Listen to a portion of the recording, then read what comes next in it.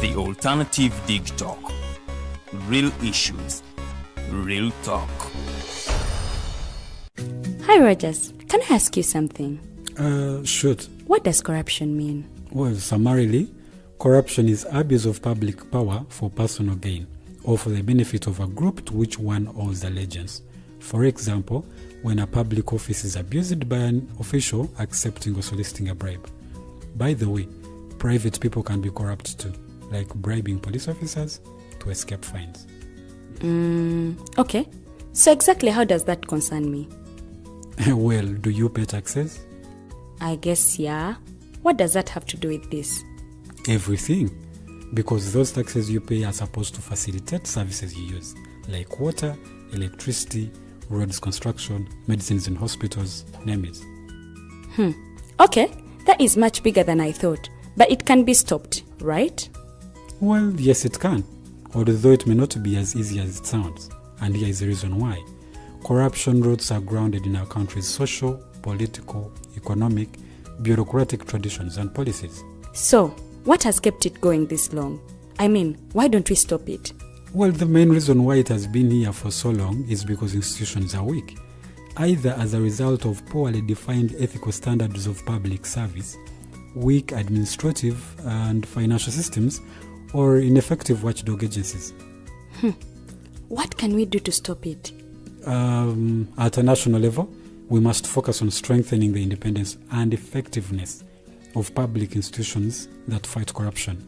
At a personal level, we must commit to never giving a bribe.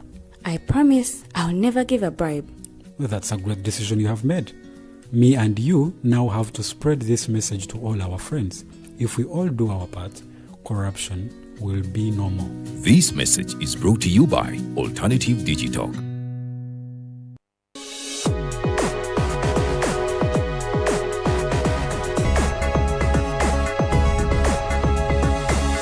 The Alternative Dig Talk. Real issues, real talk.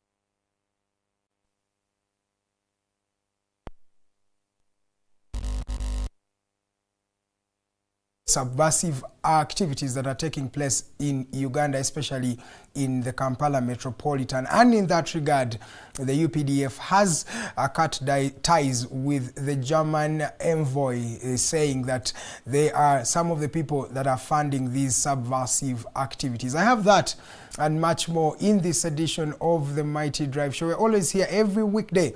I mean Monday to Friday, starting from 8 to 10 a.m. We have 2 hours of non-stop information to give you, information that will make you make an informed decision, and at the end of the day, you'll be an informed citizenry. As you well know, every particular Monday, I'm joined by Mr. Moses Bigirwa, who is the president of the Eastern Revolutionary Platform, a new pressure group that is in the country. What you can do this morning is make sure that you can share this video to as many people as you can, to as many groups as you can, so that people can be able to make an informed decision and also be able to consume accurate information. We are Digital TV, and we committed to bring you live and non-stop information at the comfort of your home, at the comfort of your tablet, such as this one, and at the comfort of your telephone. So do subscribe, send us a message, comment, or query through our social media platforms. That is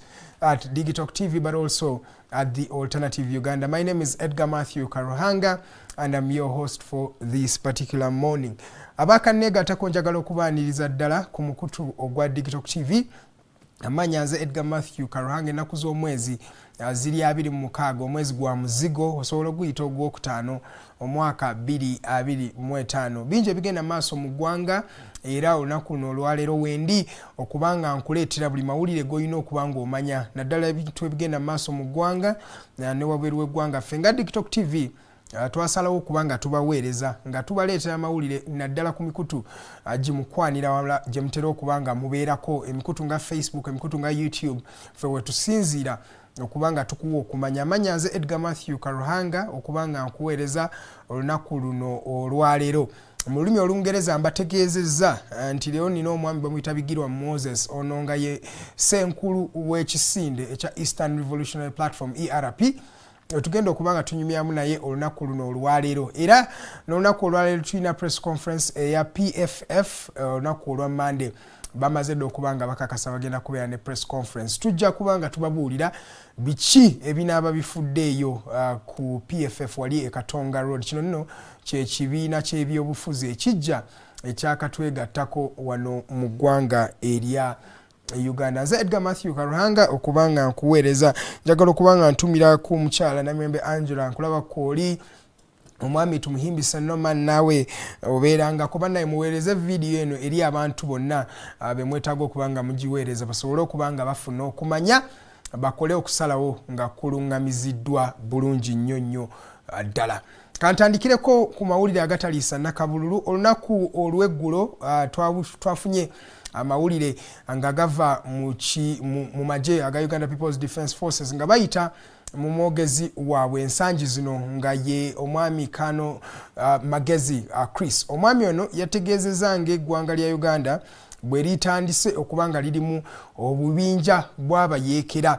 Ono omwami ono yakitegeezezza nga ayita ku mukutu gwa X n'akakasa nti no kyategeerekeseddwa naddala mu bwino oba ku mawulire aba UPDF ge bafuna nti we twogerera kati mulimu groups z'abayeekera mu bitundu ebyenjawulo bino eby'eggwanga lino erya Uganda. Yakakasiza nti buno obubinja bw'abayeekera buli nnyo mu bitundu ebya Kampala n'emirirano kyewaliise Kampala Metropolitan. In fact yakoseza n'ekigambo ekya Buganda region nti mweno region mulimu abayeekera. Mu nsonga ezo kyaleeseewo abantu ab'enjawulo okubanga beebuuza gana amawulire gabadde gali ku ki nga weda tunagawulira naye Kano bw'atyo bwe yategeezezza. Kino nno kivudde ku meeting eyabadde wakati wa aba European Union oba ekitongole ekigatta amawanga ga Bulaaya gonna we bagenze okubanga bamitingako omu ku in fact akulira Operation Wealth Creation ate omu ku presidential advisors omwami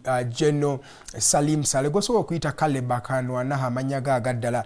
Mu meeting eno balaze obutali busanyufu bwabwe n'ebigambo ebibadde byogebwa omwami ayogerera omwami aduumira amagye ga Uganda General Muhoozi Kainerugaba ne bagamba nti bino byayogera biyinza okuleetawo enjawukana naddala mu mawanga. So mu nsonga eyo tusobola okuleetawo enjawukana mu mawanga wano mu ggwanga naye ate tusobola n'okuleetawo kyewaliise diplomatic disturbances wakati w'amawanga erya Uganda n'amawanga ga European Union. So mu bantu be twalabe mu katambi ako abadde abasaale mu kwogera ku nsonga eno mwe mwadde German Ambassador Matthias Schur yakakasiza nti no bino ebyogebwa Muhoozi Kainerugaba oluusi bireetera erinnya ebbi eri Uganda. Mu meeting eyo era twalabye n'abantu ab'enjawulo omuli David Prukol omwami ono nga ye muyambi wa mwami General Saleh yagambye nti kino ekyogerwa ewa bino ebigambo ebyogerwa Mr. Muhoozi tebibeera bigambo bya kubalaata.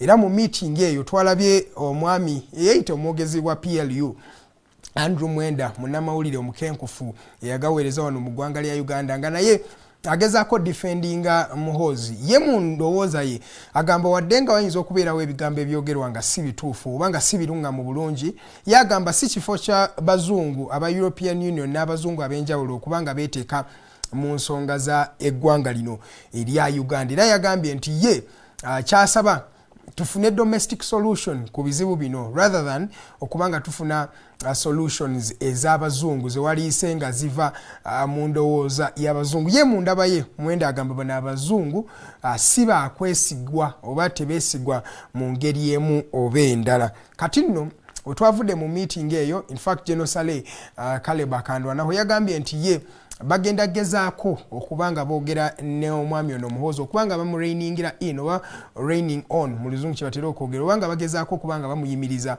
ku bigambo byatera okubanga ayogera. Omwami General Saleh bwe yategeeza naye n'agamba tagenda kubanga ali responsible oba tagenda kubakakasa nti Muhoozi tagenda kwogera bigambo birala ekiro ekyo. Kyeyadde tegeeza nti I'm not going to be sure if Muhoozi won't say something else tonight. So yadanga ategeeza nsobola okumugambako naye ate sijja kubakakasa nti Muhoozi Kainerugaba ajja kusobola okubanga lekeraawo ebintu bino byabadde ayogera. Era ye General Salim Saleh mu maloboozi agakwatiddwa nga gava mu meeting eno yagambye nti omwami ono ye CDF asookedde ddala okubanga aduumira amagye ga Uganda nga tabadde Mwelik Group eyava mu nsiko either NRA, UNLFA oba amagye gennyini agava mu Tanzania okubanga gawamba Amin. Yagambye nti kizibu nnyo tubadde tunafunayo CDF yenna nga tabadde mu group eyo. Muhoozi yagambye he's almost like a Gen Z. Yagambye nti alinganga omuvubuka w'ensangi zino. So endowooza y'oluusi yanjawulomu ne ba CDF ababaddeko naye n'agamba bagendagezaako okubanga boogera naye.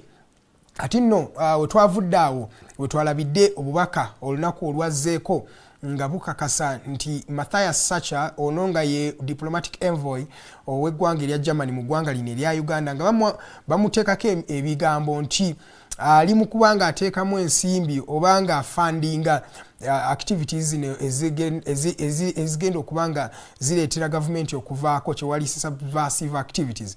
So gavumenti naddala ng'eyita UPDF in fact ng'eyita mu mwogezi waayo kati omwami Kano Magezi ye yakakasiza zino ensonga era n'agamba okuva olunaku olw'eggulo basazizaamu ze waliise defense and military cooperations agreements babadde ne government ya Germany nti okutegeeragana kwonna amagye ga Uganda kugabadde gayina ne ggwanga lya Germany okuva olunaku lw'eggulo basoose ne basuspendinga oba baziyimirizaamu okubanga banoonyereza ku bigambo bino ebyayogeddwa oba ebigambo bino oba amawulire ge baafunye agagamba nti German ambassador ayagala kubanga ajjako ayagala kubanga ateekamu ssente mu bikolwa ebijjako gavumenti ya Uganda. Kati nno webukeeredde olunaku luno olwaleero German tenaba kuba ng'evaayo okukakasa ebigambo bino oba okubanga ebiwakanya German embassy oba ne government ya German tenaba kubanga etegeeza eggwanga kiki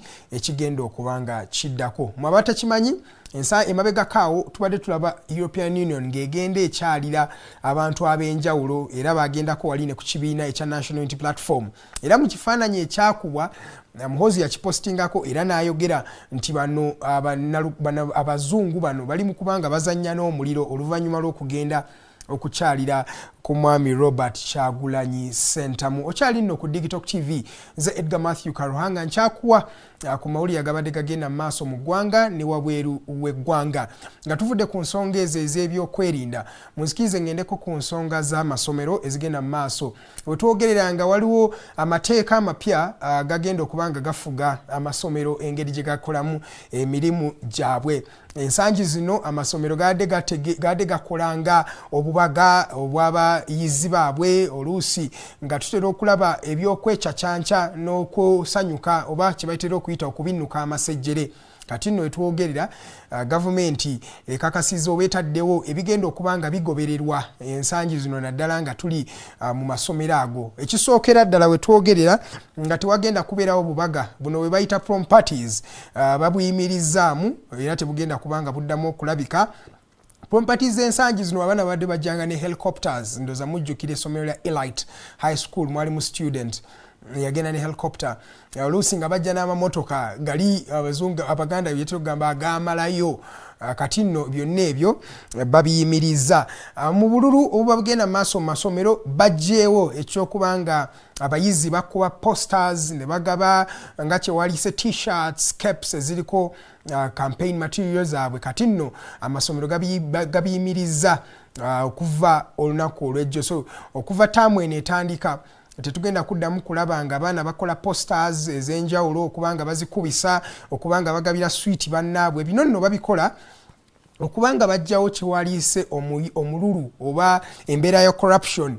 Kubanga corruption bwatyo bwatandika, omuntu anagaba akawumbi oba anabba akawumbi atandika agaba kaswiti eri mwana munne asobole okubanga amulonda. So ekyo nakyo nno bakijjeewo, tewakyali nursery tours abaana abali mu kindergarten oba nursery kyewaliise elementary school, bano nno tebagenda kubanga bakkirizibwa okuddamu okugenda mu tours ezo bwezityo. Then baleseewo, then tewali kubanga ofulumya abaana ogenda mu tours z'abweru w'eggwanga nga totegeezezza ministry era n'ofuna olukusa lwayo, n'enkyukakyuka nnyingi nnyo ddala. So ndooza ne ku vidi ebintu by'okuleeta emmere nabyo byatandise okubanga biyimirizwa nno. Bino n'amasomero agamu gadde tegakkira nnyo okukkiriza nsonga ezo. So abayizi bino nno babikola okubanga bayamba abayizi baffe okubeera abayizi ab'ekitiibwa, ate abayizi bewaligambye abagenda okuzimba eggwanga erijja. Ndooza bannange nga mmaliriza kubanga emboozi nnyingi, amateeka gayisiddwa era UPDF Amendment Act baade batera liyita bill naye kati tuliyita UPDF Amendment Act yayimaze dda okubanga liyisibwa. Then the Political Parties and Organizations Amendment Act 2025 naye nalyo lyetteeka lyayisiddwa. Mu kuyisagana amateeka opposition yekandaze nefuluma olutuulo olwo negamba tegenda kubeerawo okulegitimizing ensonga ezitali ntuufu, era bo banna opposition nga bakulemberwamu leader opposition omwami Joel Ssenyonyi bakakasiza nti bo tebalina kubeera mu mbeera eno, era bo okusalawo kwe bakola kweko okugenda mu kkooti bajulire eri ensonga zino. Bo bagamba nti ekisooka etteeka lyayisibwa dda, etteeka eriruŋŋamya UPDF era Supreme Court yamala dda okukola verdict yayo nti bantu ba bulijjo tebakkirizibwa kubanga bacharging bobanga bavunaanibwa emisango mu kkooti y'amagye. Kati nno kino kyakomezeddwawo n'obuwaayiro obw'enjawulo. Kati nno kino kigenda kutegeeza ki eri bannabyabufuzi n'ebibiina by'obufuzi. Etteeka erijja lyayisiddwa era Political Parties and Organizations Act. Lino etteeka ligenda kubanga likakasa nti buli muntu oba buli political party eyina ababaka mu parliament eyina okubanga etuula neeteesa mu kye bayita National Consultative Forum era mu kibiina oba ekitongole ekya IPOD. Kati nno buli muntu oba ogenda kubanga ofuna ku mugabo ogw'ensimbi za gavumenti ogenda kubanga weetaagibwa okutuula mu meetings za IPOD ne muteesaganya nga bannabyabufuzi abali mu ggwanga lino erya Uganda. Kati kino political parties ez'enjawulo zikiwakanyiza nga zigamba nti tolina kubanga obawa ssente only on a basis ey'okwogera. Abamu tebeetaaga kubanga boogera ku nsonga zino. Katulinde tulabe kubanga kiriwo nti political parties zibadde zifuna ensente nnyingi naddala parties ezizina ababaka abangi mu parliament. NRM badde efunanga ensimbi nnyingi okuva mu gavumenti, NUP efuna, UPC, FDC badde bafunanga ensimbi, naye kati okuzifuna olina okubanga okakasa nti oli part of the Interparty Organizations for Dialogue IPOD, okubanga oteesa mu mbeera eyo. Ndabako Balei Juvenile webale kubanga olaba ogambye mbu try other people for us. Thank you tujja kubanga tulaba Rujumbura Media. Thank you so much for watching. Namwe mwenna abali mu kubanga mutulaba olunaku luno olwaleero mwebali eddala. Dakika ziri 2 ze zaakayita ku ssaawa 2 ez'okumakya. Ndooza kamalirize n'enteekateeka eza Matters Day. Jjukira buli nnaku z'omwezi 3 omwezi ogwo ogw'omukaaga oba gwa June tubeera n'okujaguza nga tujjukira abantu abatufiirako be bayise abajulizi abatufiirako naddala mu mbeera ezo abafiirira eddiini yaabwe. Ndooza mujjukira engero ezaaliwo, engeri gye baayokya abantu bano ne bakkiriza okubanga bafa ku lw'ekintu kye bakkirizangamu. Kati nno abantu b'enjawulo batandise dda okubanga balamaga okuva mu bitundu eby'enjawulo okubanga bajja wali e Namugongo okujjukira abajulizi bano. So ennaku z'omwezi 3 eyo ndooza sabbiiti ejja, sabbiiti eno ejja wetugenda okubanga tujaguza Uganda Matters Day. Mwenna tutandika okubanga tweyiweeyo ku kiggwa ky'abajulizi ate n'abo abali mu makubo, yes, mu makubo ag'enjawulo twagala okubanga tubagaliza Journey Masses musobole okubanga mutambula mufulfilling nammwe endagaano yammwe okubanga mujjukira abajulizi. Bannange munzikirize mpumulemu wano katono bwe nkomawo ngenda kuba ne omwami bamuyita Bigirwa Moses. Onono ye ssenkulu w'ekisinde ekya Eastern Revolutionary Platform. Tugenda kubanga tunyumyamu naye paka sawa 4 eza kalasa mayanzi. Let's take a short commercial break. You're still watching Digitalk TV.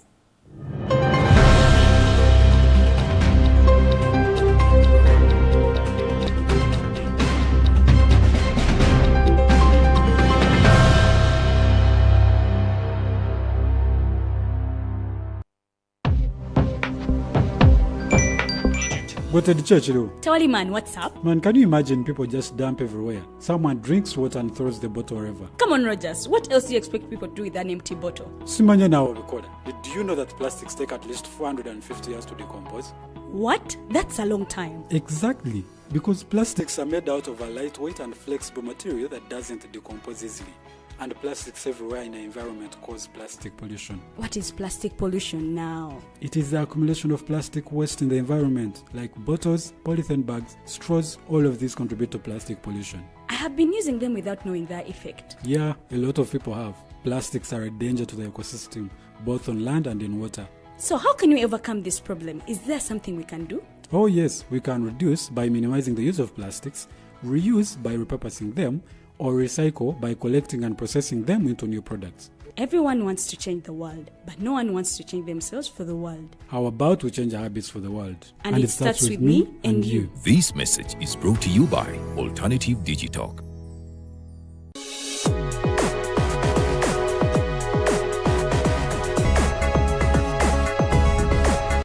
Hi Rogers, can I ask you something? Shoot. What does corruption mean? Well, summarily, corruption is abuse of public power for personal gain or for the benefit of a group to which one owes allegiance. For example, when a public office is abused by an official accepting or soliciting a bribe. By the way, private people can be corrupt too, like bribing police officers to escape fines. Okay. So exactly how does that concern me? Well, do you pay taxes? I guess yeah. What does that have to do with this? Everything. Because those taxes you pay are supposed to facilitate services you use, like water, electricity, roads construction, medicines in hospitals, name it. Okay, that is much bigger than I thought. But it can be stopped, right? Well, yes it can, although it may not be as easy as it sounds. And here is the reason why. Corruption roots are grounded in our country's social, political, economic, bureaucratic traditions and policies. So, what has kept it going this long? I mean, why don't we stop it? Well, the main reason why it has been here for so long is because institutions are weak, either as a result of poorly defined ethical standards of public service, weak administrative and financial systems, or ineffective watchdog agencies. What can we do to stop it? At a national level, we must focus on strengthening the independence and effectiveness of public institutions that fight corruption. At a personal level, we must commit to never giving a bribe. I promise I'll never give a bribe. Well, that's a great decision you have made. Me and you now have to spread this message to all our friends. If we all do our part, corruption will be no more. This message is brought to you by Alternative Digitalk.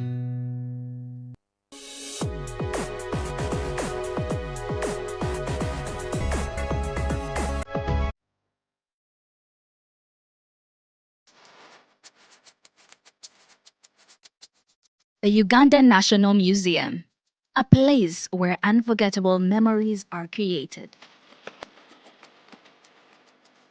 Traditions are found and a connection to our Pearl is reinforced.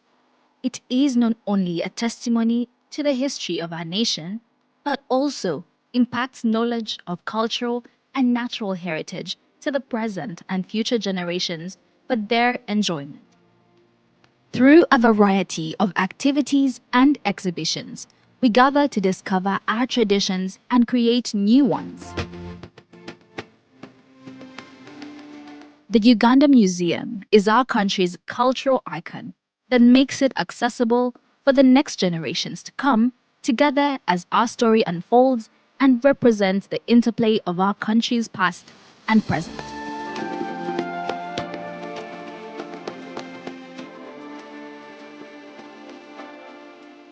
It is in our history, but also in how it has evolved to embrace optical satisfaction and new influences.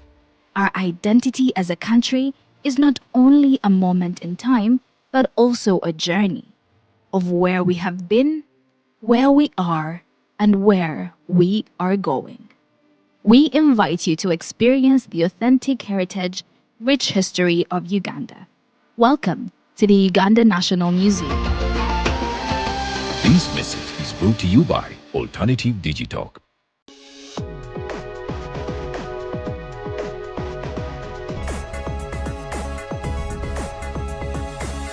The Alternative Digitalk.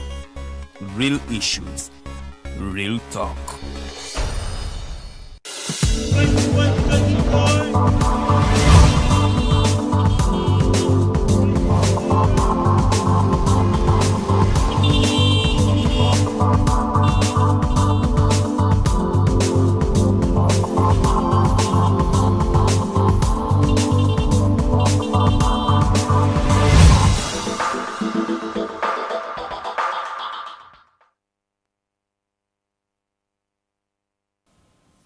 Welcome back from that short commercial break. You're still watching Digitalk TV. This is the Mighty Drive. My name is Edgar Mathew Karuhanga. Tumusime Edson, webale kubanga otulaba. Oli Juba. Yeah, thank you so much. Oli Juba, South Sudan. Ballet Juvenile. Nawe kuoli ugamba lwaki tuleta Bigirwa buli lunaku naye tumuleta Monday yokka tuleta yabalala. Okay, thank you. Tujumbula Media TV ugamba mbu that's a dangerous turn of events. Yes, it's really saddening. Mawulire amandoza gesta bawadde Nixon Agasirwe yaliko komanda wa police wano mu Kampala yakwatiddwa naye ku musango gwa Joan Kagezi bamu implicating no musango kuvadda. I think abawulizanga series ezakazibe Bashir Mbazira ku Pale FM yayogera nnyo ku linnya lya Nixon Agasirwe naddala mu nsonga zino eza Joan Kagezi. So police yamaze dda okubanga emukwata ku musango ogwo era wetwogirira ali mabega wa Mitayimbwa. Then Irene Mulyagonja n'omukyala nga y'omu ku judges ba Court of Appeal naye yayogera sabiti ewedde mu kuziika kwa mwami we ku bizibu ebiri mu health sector ey'eggwanga lino erya Uganda. So yakakasa nti mulago yasigalanga monument. Mu myezi ebiri agamba yatambula amalwaliro agasukka mwana naye nga tewali kyali kisobola kubanga kimuyambibwa nga ayogera ne ku the cost of medication mulino eggwanga erya Uganda. Then lastly ndoza n'abalaalo babawadde ultimatum weeks 2 okubanga bajjeyo ebyabwe n'ente zaabwe mu northern Uganda. Zinaayitako weeks zino 2 bagenda kubanga babakolako ng'obuyinza webulagirwa. Munzikirize nyanirize omugenyi waffe ow'olunaku luno olwaleero Bigirwa Moses. Omwami ono ye ssenkulu w'ekisinde ekya Eastern Revolutionary Platform. Good morning, you're most welcome sir. Nkwaniriza nnyo nnyo nnyo. Nange ndi musanyufu okusanga sebo bana Edgar. Sebo. Ne tiimu gy'okola nayo wano. Bayinza okulowooza okola wekka. Sebo. Gwosembayo waliwo abasookera ddala okuva ku gate. Nabagamba nti ffe wano nzayinza otwala the shine naye nga without them nze basina kyensobola kukola. Kituufu. So tiimu yonna njebaza mwebale kukakkalabya ate mwebale kwagala Eastern Revolutionary Platform. Yes. Yeah, mutuwa chance every Monday netujja wano okubaako byetwogera. Omwami bale yagamba lwaki gwalina obeera wano buli Monday? Atuwulire waali kubanga wiiki erimu ennaku 7 naye omufunire olunaku olulala naye ajja akole ki ajjawo ebirowoozo bye kubanga nze wano mbeerawo just for 1 hour and a half oba 2 hours ekinene nnyo in a week. So the rest of the time and the days ziri unutilized. So naye ajje mumufunireko space mwasobola okukola ki okubeera. I like your answers. Yes. I also want to commend you you have been consistent badde ndi wano njogerako wetubadde mu kuwummulako nti obaddewo wano okumala literally emyaka 5 but the thing is omuntu abeerawo every week si kya bulijjo consistency si nyangu mu Africa nga si mukozi wa company it is not something you find ate nze natandikira okujja wano ng'abantu mbagambeera ku digital ku TV kyeyo nga beemagaza okitegeera kati bagimanyi ka TV kyako ne mbagaasebo eri TV yakusimu naye TV y'amaanyi kakati ngenda okulaba ne ba actors bannange nabo getting interested okujja wano okubaako bye boogera so ekintu bw'olemezaako kifuuka ekyamakulu yani awo nkwera credit okubanga olemezaako politics toli myaka 25 ya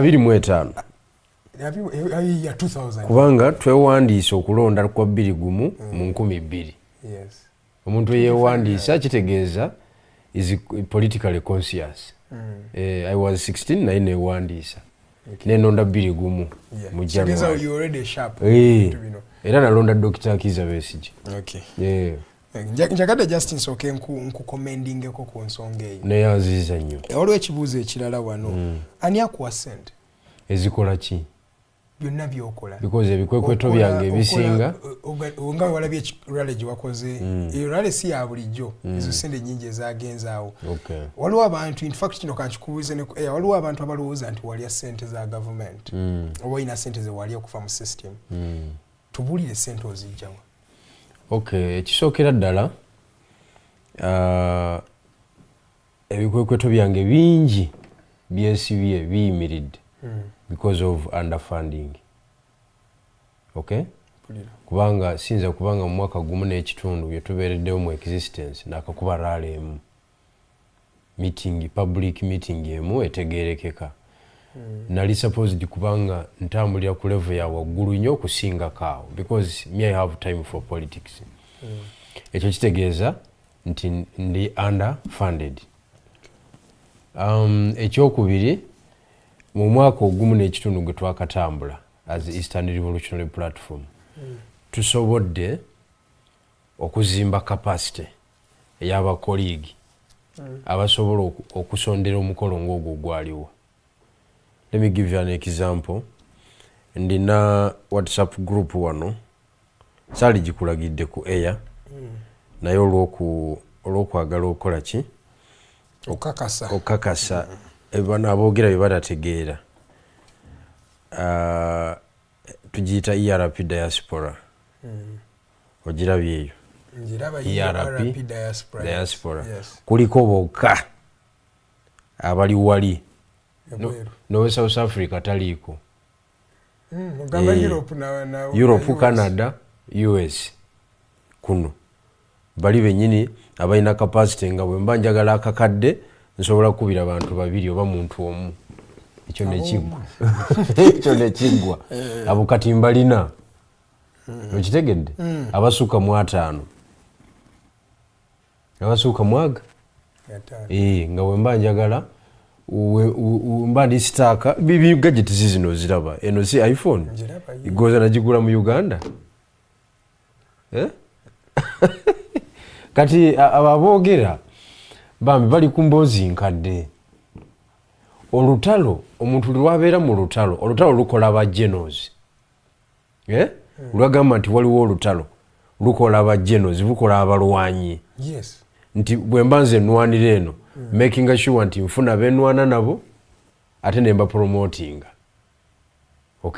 from one step to another kakati nze olwokubanga bananga bemakereka vule bansindiikiriza mu ngeri eyo nange nafuna abasobola okola ki bensobola otambuza nabo era mu space mwendi okitegedde ekyo nakyo ngenda kituukako njagadde okutegeeza nti wemba njagadde okola ebikwekweto byange of course tebamalaayo nga bwe naalyagadde but sobola kulemererwa otandikirawo if you have like 50 people who are living in US, Canada, UK ng'osobola okubagamba nti nina ekizibu kya miliyoni 5 mu nnaku 2 ne ziba nga ziweze oba 3 then oba otambudde in terms of human resource. Yes. Kati abantu baleme kumbalira mu levels zino eza bulijjo. Question here. That means otandise oyingira levels ngeza ba NUP because I've never seen anybody who takes power from history nga tabadde na diaspora. Diaspora is a factor. Diaspora yesinga n'okuteeka mu ssente. Wakati nze mbula kweki kulinya nnyonyi naye ng'ekyo nakyo kiri mu pipeline. Ebintu biri serious. Gomanyi visa applications ni embassies eziri mu kutambula. Nsinga 3 ate nga z'amaanyi. Kakati ebigambo by'Abannayuganda abaakona mu byobufuzi nze tebindya. Kubanga wano buli muntu ekivuma ineki buli lwogenda in contradiction with his view or her view nti gwe walya. Yes. Okay? Kyekivuma ekiri wano. Nange nali nkivumyeko abantu. Nkufudde ku kivumu abaana baliira ddala. Of course abana baliira ddala. Ate naddala abaana abalina dissenting voice against the opposition. What I mean that tokwatagana na opposition abaana abo balidde. Ate abantu basanye ba defining opposition. Waligaye buga nti tokwatagana na kibiina fulani. Because there is a political party called opposition. Yes. Abantu njagala babeere kiriya ku ekyo. Abatakwatagana Kyagulanyi mufunamu nnyo. Nowa UPC ajja kugamba ali mu struggle. Abatakwatagana Kyagulanyi mufunamu nnyo. Ate wali atafuna. Nze nkugamba nti kati nina capacity ulisa agirina. Okitegedde? Nagirina naye nga ntonotono nga teri aligned kunze na ideologies zange. Naye kakati bano bali purely bakiririza mu regional political empowerment strategy gye twaleeta. And even other local networks. Even the people on the ground. Auntie. And I'm not agreeing with you because I'm here. Nze ndi realist. Nze ndabe ekintu nga ekiri wencho. Katika nkubulira Edgar, nze ntuula mu restaurant nga nywa chai. Ngenda okumaliriza okunywa chai nga abantu babiri bagenda musasula. Bensanzeewo. Abo oba abansanzeewo. I can tell you, nze ndabye ebintu mu field byotasobola kukkiriza. Nengenda awantu kati juzi nali ndi ku cafe Javas awo nga ndi mukulya ka sapa obudde bwankwatira awo ngenda okumaliriza navaawo n'emitwalo aga Javas awo yagenzo spendi nkugamba esatu gyange gye mbadde ngenze nagyo n'enkomawo nagyo n'ekyasatu kakati oŋŋamba ki tolina ky'oŋŋamba so kati ezo emboozi ziri mu bantu baffe ezo kemiko enkadde ezo nange nazikubako nzimanyi gundi yali olw'okubanga mwawukanye naye mu kuki mu ndowooza ye kemiko esembayo okiwulidde naye ekutaataaganya ng'oli munafu. But me, I'm not a weak politician, my dear. So, first confirm, did you eat the money that came from the state? Have you ever taken money from... I don't have such kind of funding. Singa ate yonjirira nalibadde muzibu nnyo. Kamera yiye kwate. Bino bintu bwino wa. Nalibadde muzibu nnyo. Ate wa chokada. No ngamba kyoli mu kwogera. Agenda kuba bwino maase. No. Here I am. Edgar njagala okutegeeza. Nagaanako ssente nga ziyingidde mu nnyumba ewange. Emiliyoni 5 nenzirabako. Kakati ate oŋŋamba bino. Ezayawukanya amaka. Yes. Omukazi yakomawo ne ssente mu kikutiya. Nenkwata engoye zange n'obusuuti obwaliwo nenvuga emmoloka n'engenda ekamuli. Tetwaddamu kukwatagana paka olwaleero. Oyinza okumbuulira zino sitole z'abaana abaakayingira olutalo. Era nabuuza bannange bye twali tubeera nabo ab'Emakerere Kavule ne Kamwokya tikumwe ani ayinza otakinga that risk and sacrifice. Kubanga zina luzinga byonna nenzira mu muzigo muntu abadde landlord. Amaka nengafiirwa n'abaana n'omukyala wako ne ssente. Ekyo lwaki temukitunuulira kyo? Just to confirm ngo oyina amaka ebusaabala. Tukyagabeeramu. Sikyagabeeramu nsula mu muzigo. Ekyo lwaki temukitunuulira? Ababuuza obubuuzo bw'ekyana ekito. Okyali ku Digital TV ndi ne Bigirwa Moses. Bigirwa gwe okola enkuŋŋaana zo police tekukwatako tekutawaanya. Oli kyanjawulo kyoli wanjawulo otya okubanga banno bakola rallies they destabilize them naye gwe tokwatibwako, in fact bakuwa na bukuumi. Kakati ekisooka njawulo okutegeeza abatulaba, omanyi mu politics oba okola analysis from the biased point of view or losing a point, olina kola analysis oba comment ng'oli realistic, okay? 2024, okay?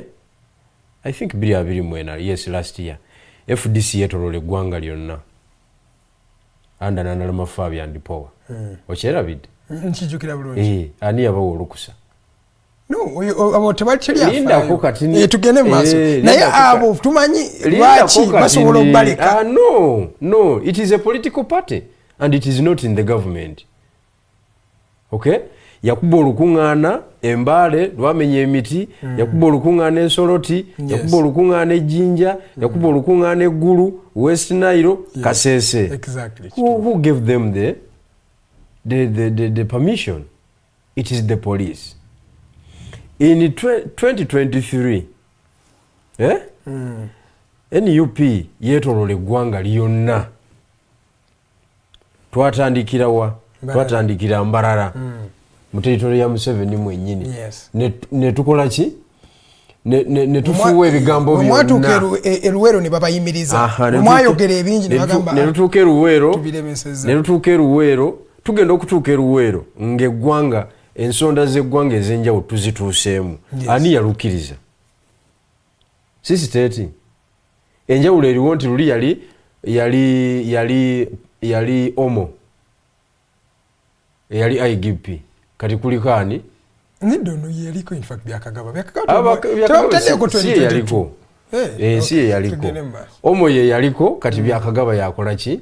But the same institution, same procedures and the same instructions. Okitegedde? Kakati abaani abakkiriza. Mbadde njagala omuntu akola comment ku Bigirwa yakakuba olukuŋŋaana olumu. Okiwulidde? Lubalumye nnyo okusinga abantu abeetolola eggwanga lyonna. To be fair really. Omuntu abuuziza ekibuuzo ekyali fair nange. No, because they are used. They are used to an opposition, to a genuine opposition. So they were not genuine. No one would say we reached a point where FDC was protected by the police.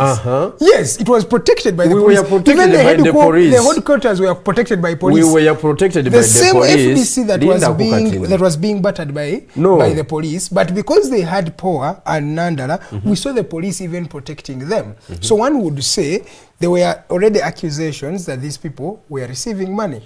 So we were protected by a full major.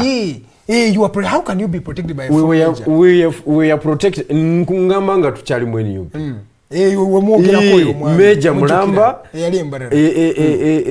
era nzina provokinga ni Kasese ndabe ali ku instruction ki ngeyo dispatching teriwo. No kutustopping nga teriwo kwa twamukolako provocation yonna nga njagala kumanya kiki kino kigenda mu maaso nga judge yagambye mutambule. Okay. Situbalinaako tabu. What was that? So njagala kungamba nti olukiiko olumu olwakiriziddwa with a lot of instructions kubanga banzije ne mu kifo kye nasaba ne bantwala eri wansi. I wish nzize ne baluwa ya police waligirabye. Instructions zebampa obukwakulizo bwe bampa tosobola kuyimirizawo olukiiko ng'ogendedde ku bukwakulizo bwabwe. Okiwulidde? Disikasi kati baagala kuŋŋamba nti ke kabalumye nnyo ku muntu eyakuba Embarara Ntungamu, Mbarara, Kasese, Fort, Kisoro, Mayuge, Busia, Mbale, Lira, Hoima, and then lastly Luweero. 10 rallies from different sub-regions. Are you fair? Ne Jinja mbadde mwerabidde. We started with Jinja. Nga tuwerukaminga ba Honorable Mwiru. So abantu babeere fair mu byobufuzi. Kivula bankugambye. Buli lwokola commentary ng'oli biased. Tukukuba ne tukuyingiza mu ttaka kubanga facts zivaayo.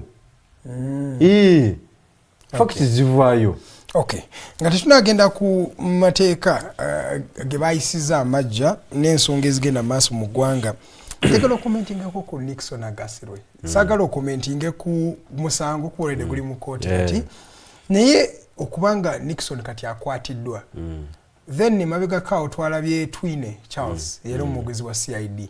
Naye bamutadde bamukutte ali ku musango ne Noah Mutwe omu ku bakuumi ba Kyagulanyi. What do you think about these things?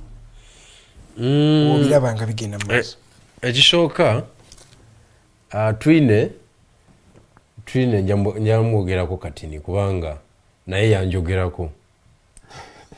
Yali mwogezi wa CID. Nsonga za yali mwogezi wa CID n'agamba eggwanga nti tulina Munnayuganda amanyiddwa nga Bigirwa Moses mu buduukulu bwaffe obwa poliisi naye nga ndi ku CMI. Ndi mu kutulugunyizibwa, ndi mu tochairi emalayo. N'agamba naye tubadde tumulondoola okumala akaseera abadde atambula ng'akuba ebifaananyi by'ennyumba za Anita Among. Emmotoka ze adde atambulira mu wiishe ya black. Kwegamba natunuulira omwogezi w'ekitongole ekinoonyereza nga yeetaaga kukuba migo giri gyennyini emiyitirivu ennyo kuba yali alimba. N'ayogera ku musango yakwogerako. Yali alimba nga byayogera byonna teguli kituufu n'eki naye nga yayogerera ekitongole ekinoonyereza mu Uganda. Era wanaye Museveni bwe tufungiza tumutwala talinayo ba officers wansi baoperatingira ku false information. Nengamba Twine bwote bwonkoze Twine lwaki toyogedde nti twade twakamutuusa ku CID ne tumugabira aba CMI 99 drone ne mujjawo namuteekako akakutiya ku mutwe ne bamutwala. Ebyo lwaki tobyogedde? Kati kibyankola kyennyini kye bamukoze. Era tokolanga omuntu ekintu ekikyamu nolowooza nti omazeeyo. Woba okyali mulamu Katonda asobola okukuba equalizer gy'otamanyi ng'esinga ne wali. Bali bakantuusa ku CID drone n'enzijjawo ne banteeka wansi wansi w'emitto akakutiya ku mutwe ne banvuga paka ku CMI. Ne bakwata moroka yange ng'obudde buzibye ne bagivuga from CID headquarters we nagireka tukikomera kya Anita Among Nakasero. I remember that. Ne bagikomyawo era the same Twine n'agamba nti the man was I went to the residence of the deputy speaker to pick money. You can see nga substantiating naka katambi naye nga akimanyi bazanye film. So I have no kind word with him. However, ng'omuntu namukoze ki namusonyiye. No, but for me it teaches me because yakwogerako in 2021. 2025 yali emabuso. Yes. And ekyo kye bayita hybrid dictatorship, my dear. Buli muntu abeera candidate. Buli muntu abeera candidate wa mabuso. Kubanga ababananyini system batono. Wana abantu system betasobola kukwata. Batono nnyo bayiza n'obutawera 10 ng'ovudde bw'ova ku first family yonna siraba yata atali candidate wa maboso tesimulaba ate Kayihura aba yagagendamu kati ato yezi mwenda yatandika kutusaba ffe bannamawulire okitegedde kati ate oba ogamba ki oba tolina kyogamba Katumba yiyo yagakaaba amaziga abo bonna bagaddu ku level yawo ggulu baamalayo oli yagaduumira ono n'aduumira poliisi.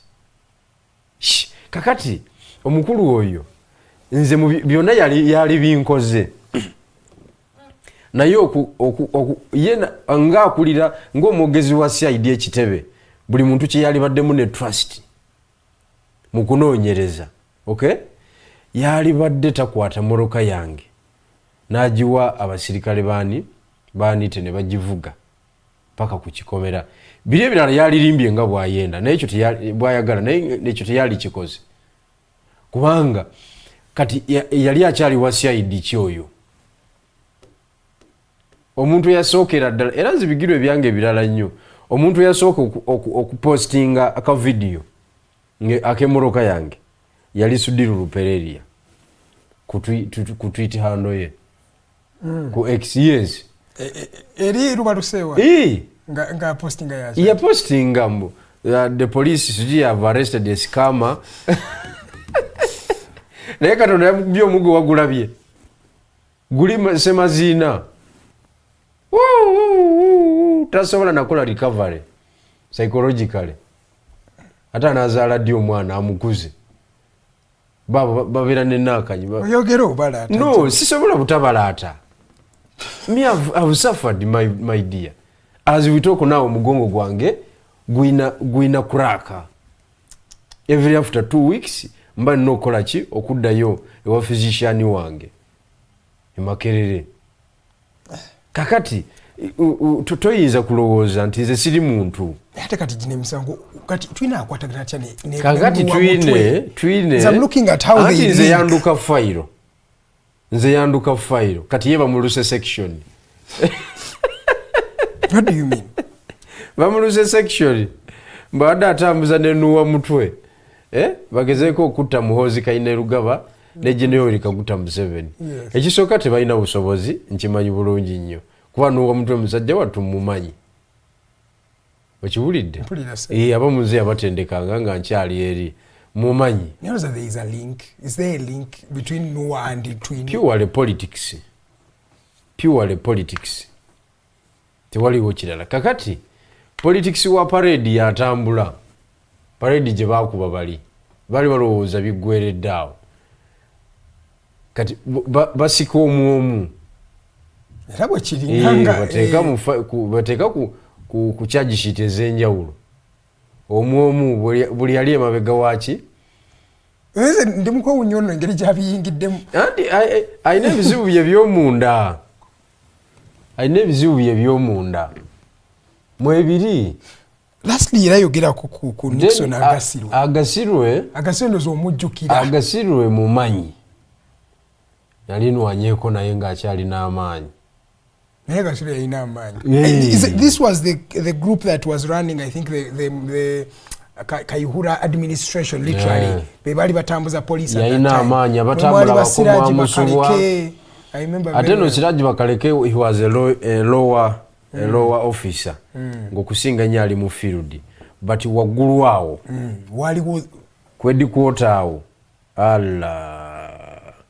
Nixon basooka ne bamukwata kati yabazemba mukutto kakati Nixon ebya state nga bwobimanyi ebintu bye byonna babimanyi gye bitandikira ne gye biggwera lwaki bamuzuukusiza okumukomyawo olwaleero mu picture bakuba ono eyali boosi we Kayihura gwe baliko ekimukubya kimu abadde asooba akomawo mu system jukira yali ekyemisana n'omukulu ku Christmas erwakitula tomujjukira era ag'omunkubo nga galaga nti obwa Secretary General we NRM gwe bagenda okubuwa nadembewulira ag'omunkubo intelligence ya intana baga confirminga naye kakati mu system mulimu tiimu endala eyagala okufulumya aba NRA naye omusango gwe bamuteekako gwa Joan Kagezi prosecutor bakuyunga section y'amaanyi naye guno omusango Agasirwe abaddemu kuva dda anti kyenkugamba nga bamwogerako naye wali kati kizuuse leero era ne basooka ne bamukwata ku guno omusango naye ne bamala ne bamuta kizuuse leero lwe bavudde mu tulo kati bakuba ono yali boosi we gwe batagetinga kubanga yakomawo mu picture sina Agasirwe sijui Nelson Agasirwe Kayihura yakola ki yakomawo mu picture baagala erinnya lye libeere dented afulumire ddala so mu kuba Nixon you are indirectly implicating Kale Kayihura mweye ensonga. But I thought Kale Kayihura is now a darling because I've seen him with the son of the president, CDF, a couple of times. Even when the CDF was in Kisoro, he was welcomed by Kayihura. Kayihura has been at state functions. You have even said he was with the president. He's a darling. Chogambo kuwa Nixon chinengeje at the end of the day. Chimu discrediting a chitia. Yeah, appointing authority na ya mawulira agalaba. Ate naye forces nyingi ezimutuukako bwe zimuconvincinga kino na kiri bamukusuuza ssebo nga gwe kyakukuta naye njukira jjajja alina forces ezimudrivinga munda mulimu factions nga 3 kubanga waliwo tiimu y'eggulu, waliwo tiimu y'omuko, waliwo tiimu ya CDF. Ezo zonna tiimu naye lwakuba nti y'eggulu eri direct ezanya bya jjajja byonna bino byonna eba ebigatta eba ebimonitoringa bino byonna projects ezisigadde zonna eba ezimonitoringa. So ali mu dilema, abantu bonna babe ate balwana kati in the due process bakusuuza omusajja gw'obadde oyagala okukola ki, gw'obadde oyagala okukomyawo mu system. Bani abasobola osuuza jjajja ate ezo forces zizikugambye gwozi lwaki abantu bavuga emmoloka ne bagenda eggulu era buli mukyadde omusajja w'eggulu n'akugamba nti Katonda ali ggulu, esente ziri Kampala. Dakika ziri 2 zeziwulayo okuwera essaawa 3 ez'okumakya. Tugenda wummulamu katono wetukomawo tugenda tandikira ku nsonga za UPDF and amendments, the Political Parties and Organizations Act, the amendment. Tugenda kuba nga tuzoogerako n'ensonga endala ezigenda mu maaso mu ggwanga. Nze Edgar Mathew Karuhanga, katuwummulamu katono.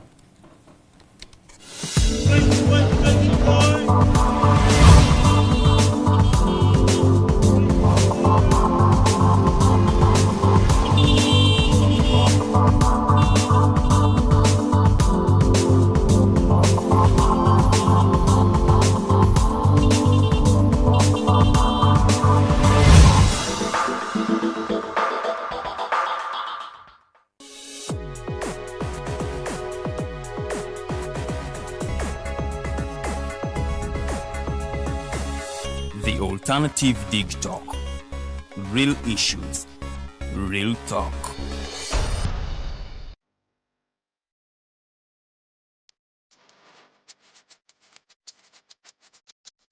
The Uganda National Museum, a place where unforgettable memories are created. Traditions are found and a connection to our Paul is reinforced. It is not only a testimony to the history of our nation, but also impacts knowledge of cultural and natural heritage to the present and future generations for their enjoyment. Through a variety of activities and exhibitions, we gather to discover our traditions and create new ones. The Uganda Museum is our country's cultural icon that makes it accessible for the next generations to come together as our story unfolds and represents the interplay of our country's past and present.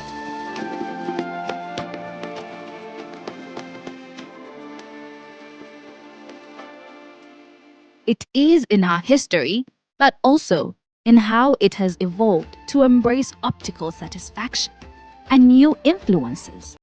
Our identity as a country is not only a moment in time, but also a journey of where we have been, where we are, and where we are going. We invite you to experience the authentic heritage, rich history of Uganda. Welcome to the Uganda National Museum. This message is brought to you by Alternative Digitalk.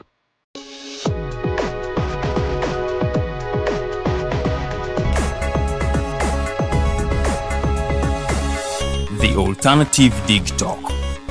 Real issues, real talk.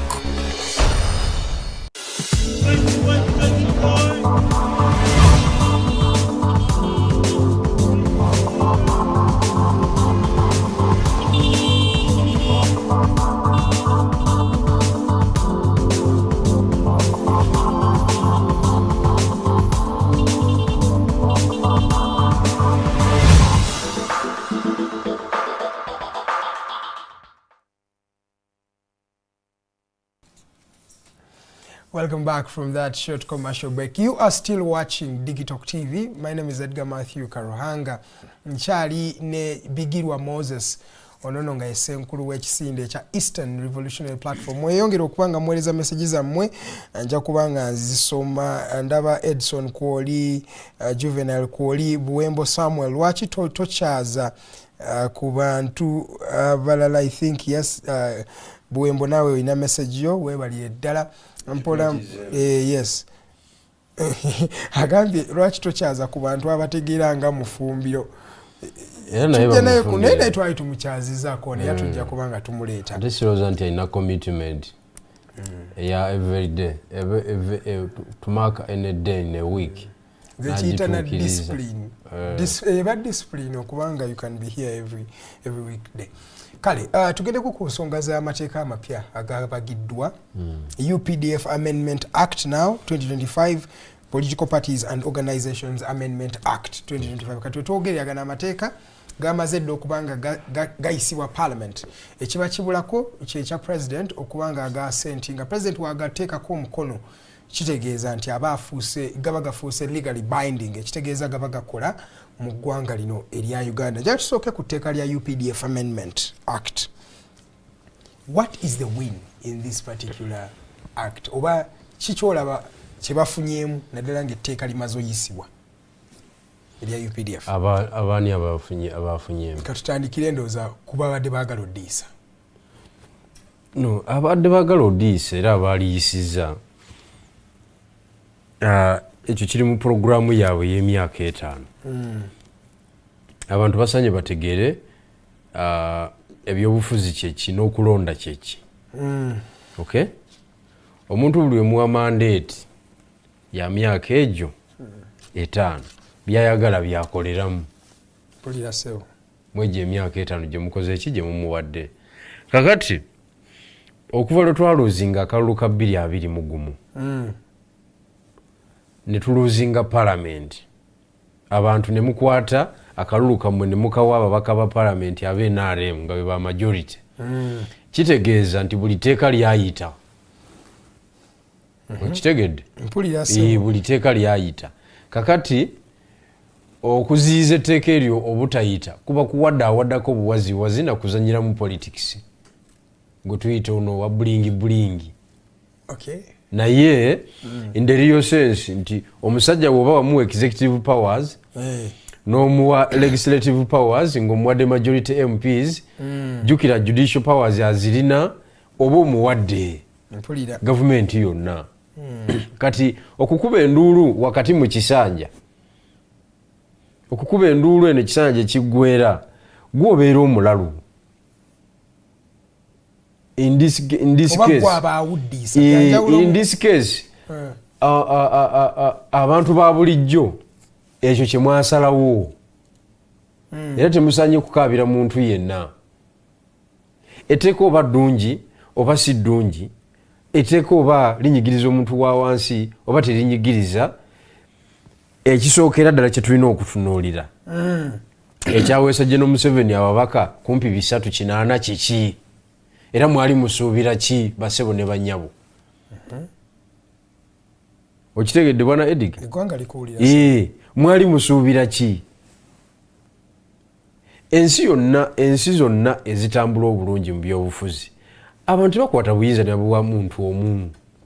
Kiri wano wokka mu Uganda. Kale ne twagala result ennungi ng'ate omusajja tumuwadde powers zonna.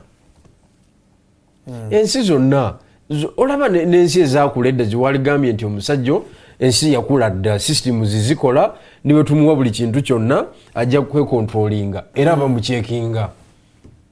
Olaba Trump bamuwadde ababaka 220 ne Democrats n'esigazaako 218 enjawulo yaaba kumpi nga guli draw. Nga guli draw, and that is America. Bwekibanga abalonzi b'omu America tebasobola kwesiga Donald Trump 100%, gwe mulonzi w'omu Uganda weesiga otya NRM 100%. Ate nga mu America president basobola omuvunaana, basobola omukuba impeachment. Ne wano? Wano tekisoboka. Oba ne parliament. Yes, oba ne parliament. If you have 2/3 of the parliament, you can impeach the president. Tuwogera wogende South Korea, president bamu impeaching. Yes. ne bamuteka wenjogera nali mabusu parliament yamu impeachinga kyogamba that sitting president singa yali alina majority bali mu impeaches no so tunulire ensinga South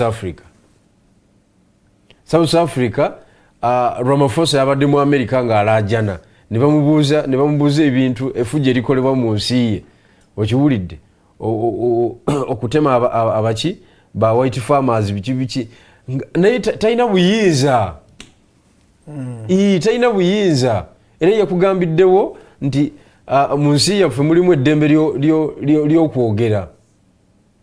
Trump namugamba okwogera okutta abantu lwaki tokwata musajja oyo okiwulidde kwegamba olabanga powers za Ramaphosa ne ANC ziri checked. In fact, we had a political party. They are legally mandated. Tosobola. The legal party. Tosobola. Kati mu parliament ye ya Ramaphosa taina majority. Era okukola government yagenda mu alliance. Yes, n'abazungu. Ne okujjako nze ndowooza leka abantu bano bategeera ebintu bino etteeka ddyo nga ddyo nga nayo lirimu ebintu ebirungi lwaki muli wakanya nze saagala nakugenda mu details za tteeka kubanga nze point yange eri political. But I want us to look at these remedies to align the act with new government policies and the command, control and other administrative structures of the defense forces. To improve the welfare of the proposed amendments to improve the welfare of the officers and militants of the defense forces, to address the glaring gaps in healthcare by providing healthcare for the officers, to harmonize the management of military veterans, to provide for the decentralization of the pension authority from the Ministry of Public Service to the Ministry of Defense, to enhance disability compensation, to enable fair payment of officers and militants who have been injured, sustained during operations, to restructure and re-establish the courts martial in defense forces in accordance to Article 121. All on the changes is in fact there are recommendations ezaweebwa Supreme Court. Bagala kuziteeka mu General Court Martial, the professionalization, to provide for appeals of the court martial, because court martial had in appeal, so appealing, to prescribe exceptional circumstances under which civilians may be tried by the court martial, to establish military courts departments which shall be responsible for the administration of justice, to establish a disciplinary unit within the defense forces, to prescribe the arms and ammunitions. Kwegamba mulimu n'ebintu ebirungi muli netteeka. Akawayiro kamuweka. Anti kyotamanyi mu byobufuzi. Mu byobufuzi mba njagala okukusa ensonga egi. Emu bweti. Naye nenjireeterako ebirala ate bye mulinamu interest. Nga nabyo biyitirivu nnyo. Naye nga nze ensonga emu gye njagala okukusa. Kuba kati ezo clauses z'osomyawo. Mu practice mweziri. Already zibaddewo. Tezeetaaga tteeka. Welfare y'abasirikale. Balina ne wazalendo namba. Sako yawe nene nnyo erimu billions of money. Okiwulidde. Nali ndaba juzi akatambi nga Mwami Museveni abuuza Mwami Erweru we batuuse amagye gatuuse mu kuzimba amasomero mu barracks. Namugaba buli barracks kati erina essomero. That is improving the standards of living y'abasirikale ne families zaabwe. Then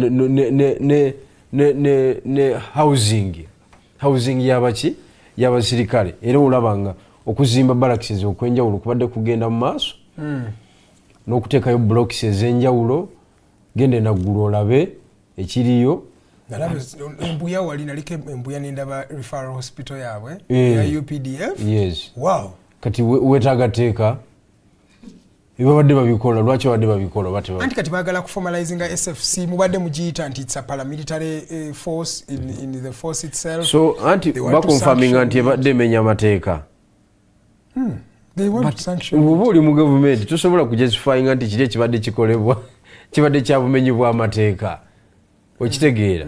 Kakati neso ko uli President Museveni kyagamba nti ensonga zino ez'amagye mwe ba civilian temugenda kuzitegeera oba temuzitegeera muzitulekere ffe bamaje tuze handlingire omwana operation gyabadde akola tugeze mu field n'akola yeso bifa abayigendo bitegeera nagaba no gamba nti emisango gy'embizi gikyabalemye mu civil courts nagambira muwonyeza nnyo eggwanga lino ani in fact the Colonel Chris Bagezi naye mwawonyeza nnyo lino eggwanga okuyisa lino etteeka andi kakati kankubuulire mwadde mugenda labo in fact amalize n'kino yagaye mugenda labo mwadde mugenda labo kubagana oba obutakwatagana oba okubagana wakati w'amagye judiciary ne abantu ba bulijjo andi kakati ye jajja agenda n'ayogera as if si ali responsible.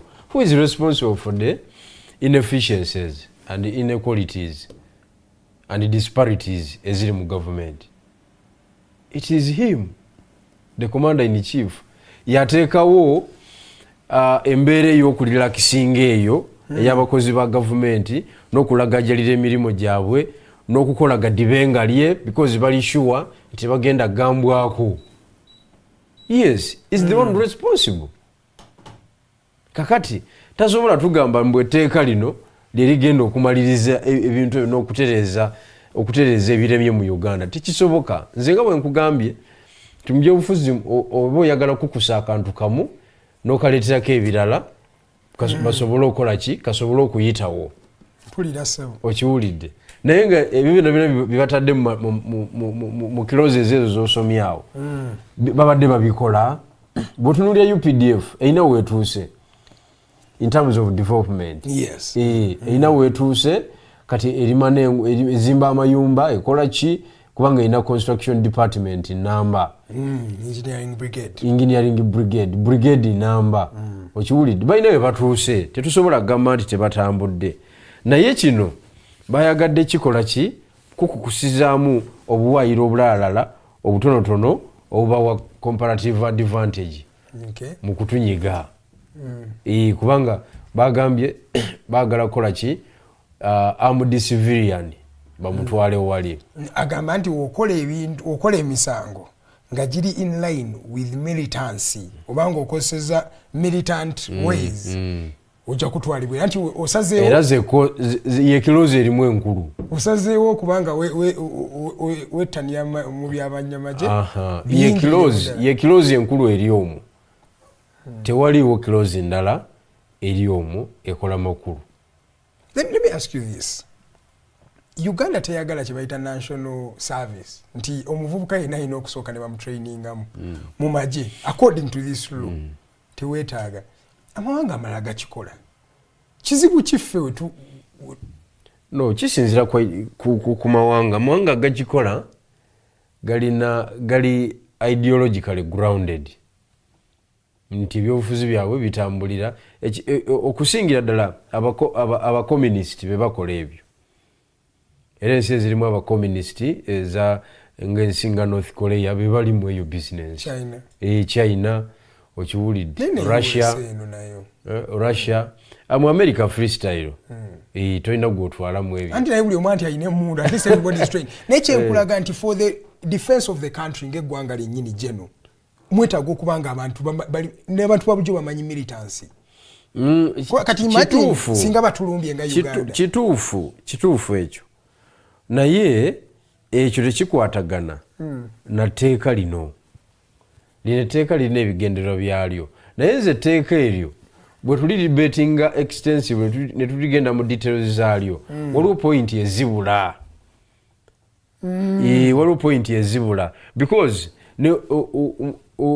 niwe yalibadde Kyagulanyi nga ye president niwe yalibadde Bigirwa nga ye president oba oli yalikoze nerisingaawo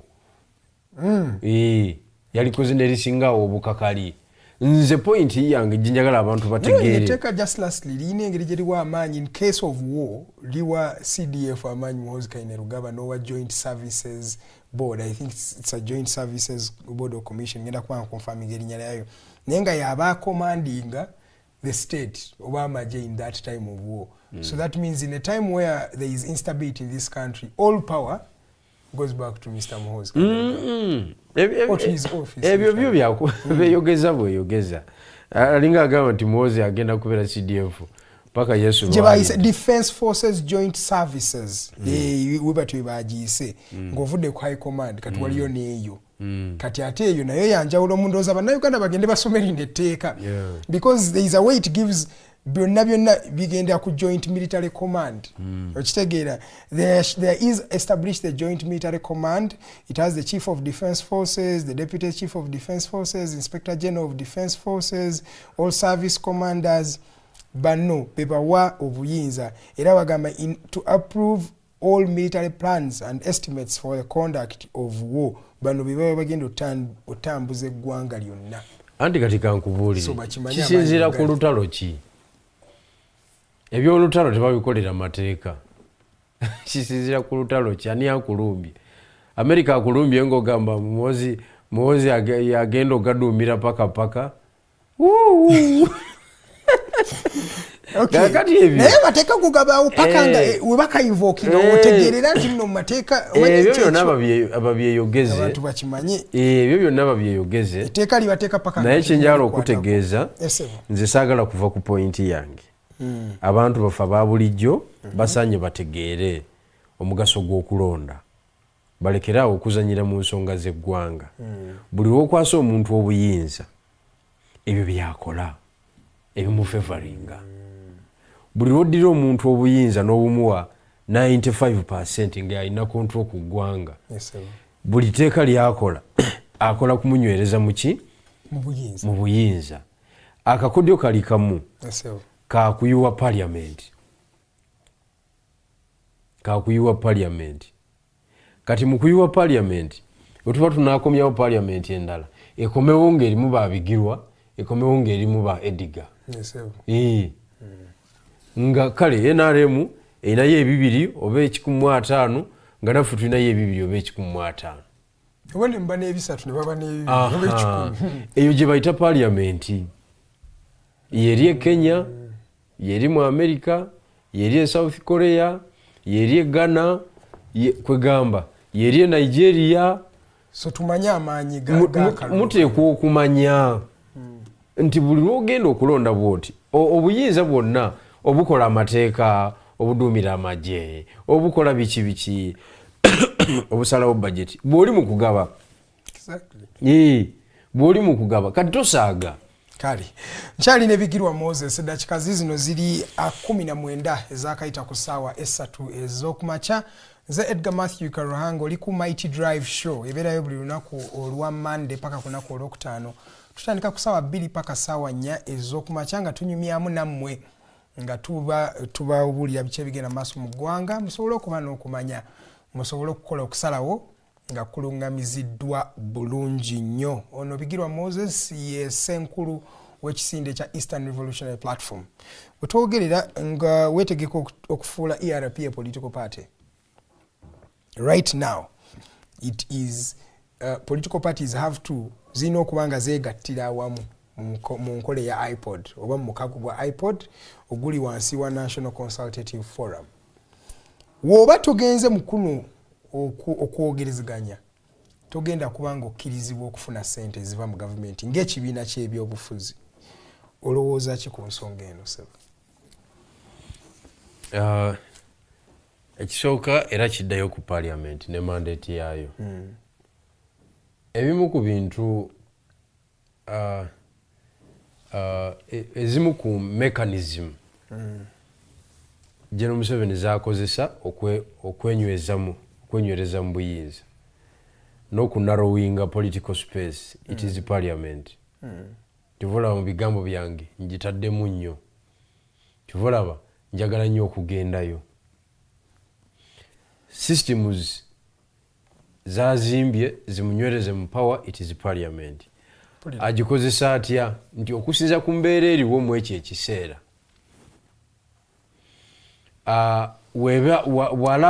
Bw'alaba erina engeri gyemunyigirizaamu ffe baavuganya nabo nga tulina engeri gye tumutaddeko embeera aba ajja kukola ki? Aba ajja agamba bugambi speaker nti neetaaga etteeka moodula eno era ndireeta kubanga amateeka bagakola okusinziira ku circumstances eziriwo. Naga naye twetaaga etteeka moodula eno twetaaga okuziba kino ekituli. So kakati etteeka lya Political Parties and Organization Act terikoganizing iPod because yo teriiwo mu tteeka. It was just an NGO idea. Nebeera waawo ne balabanga ekola amakulu ne bagifunira ka budget line akatonotono ne balabanga platform ya maanyi esobola okuleeta ba actors ab'enjawulo ku meeza ne bawuliziganya. Bali abazungu engeri gye batambuzaamu ebintu byabwe balowooza nti neno bwe tukola ki bwe tugitambuza ekyo kize kigezebwako for some good time naye nga meeting between the ruling party nafe abavuganya emala neeyiika olwa conduct y'abali mu government. Okay? Kakati government ya wano eyina embeera gyeteekawo nga kikuzibuwalira okumiitinga nayo direct. Kubanga ebbanga lyonna General Museveni buli lwabadde ajja mu ezo meeting ajjanga bulldozer. Waliwo bamulindako for 7 hours. Kati tuba tekyali meeting. Kubanga tuzze ffena tuli bakulu. Wano tusingako obukulu gw'olina mandate y'eggwanga naye ffena tuli baki? Ffenna tuli bakulu. Toyinza tulindisa for 7 hours. Kati bintu module bitiisa bano abalala okubanga bakola ki bashetinga naye in the same meeting. No, but I believe the fact they want to now make it legal and needed for you to sit down with Museveni or political parties and talk. Ekyo kibi ki ekiri mu mwenna okutuula ne mwogera? Kirungi era kirina bikisolovinga. Kubanga era at the end of the day era waliwo communication, waliwo okukwatagana kw'ebibiina naddala ebibiina ababaka mu parliament. Okukwatagana waliwo okuliwo. Kubanga resources ziri allocated ezijja ku ludda oluvuganya eziva mu government. That is direct kukolagana.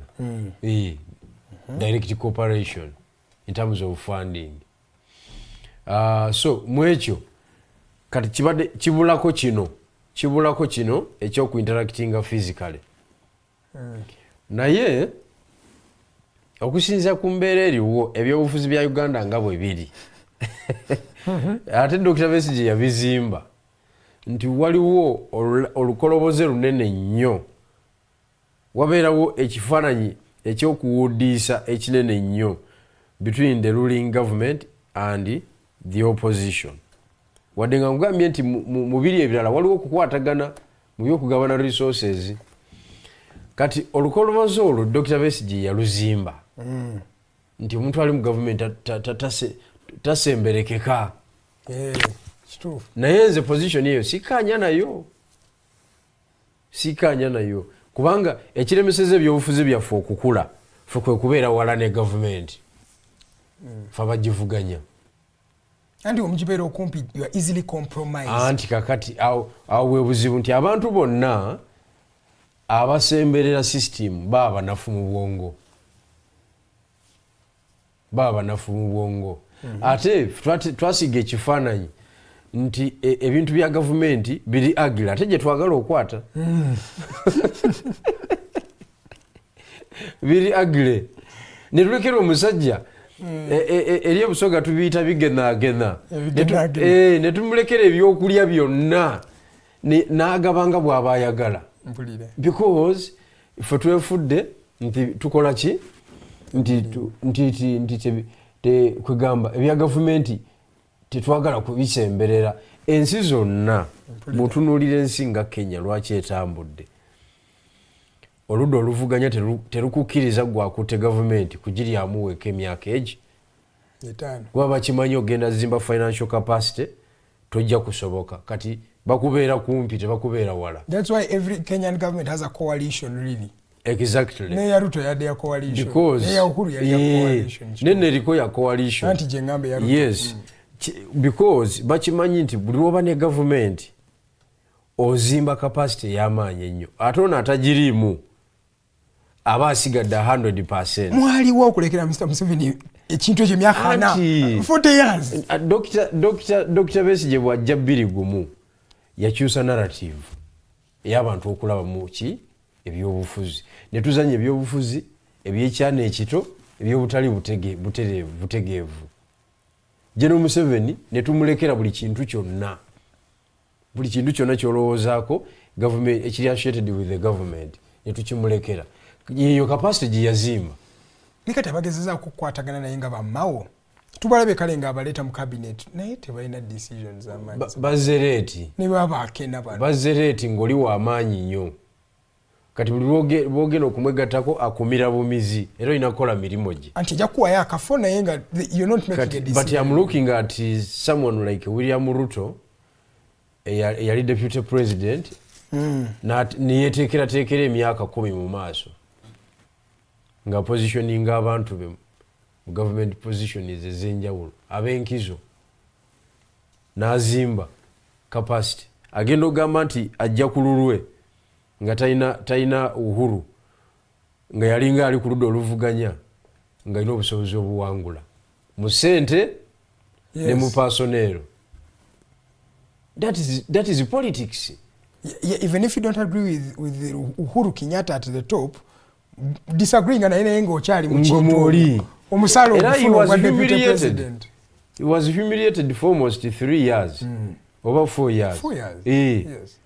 Naye sewo yagira bwati naganze kangume kisooka kusinzira ku mateeka nga bwe gali owakakiiko ebyokulonda tosobola mukyusa kati omulamuzi tosobola mukyusa kati nange tosobola kungoba. Nange tosobola kungoba tutambule. Ne bamumaze helicopter ne bamujja kuvuzi flight ne bakola kye byonna ne babikola n'alemerawo sebo yamaliriza ekintu akikutte. Tetulabye yakoze Gachagua nga bukyali. Kwa Gachagua teyamulinza na kubugumya. Bw'omuleka mwazimba. Kubanga a deputy president atali vice nga bano ab'e Kampala okiwulidde recommending omuntu mu kifo n'akituulamu. Yes. Waba ayagala ssente aba ayina abantu abawera 10 abasobola okuleeta essente olutalo ne lugenda mu maaso.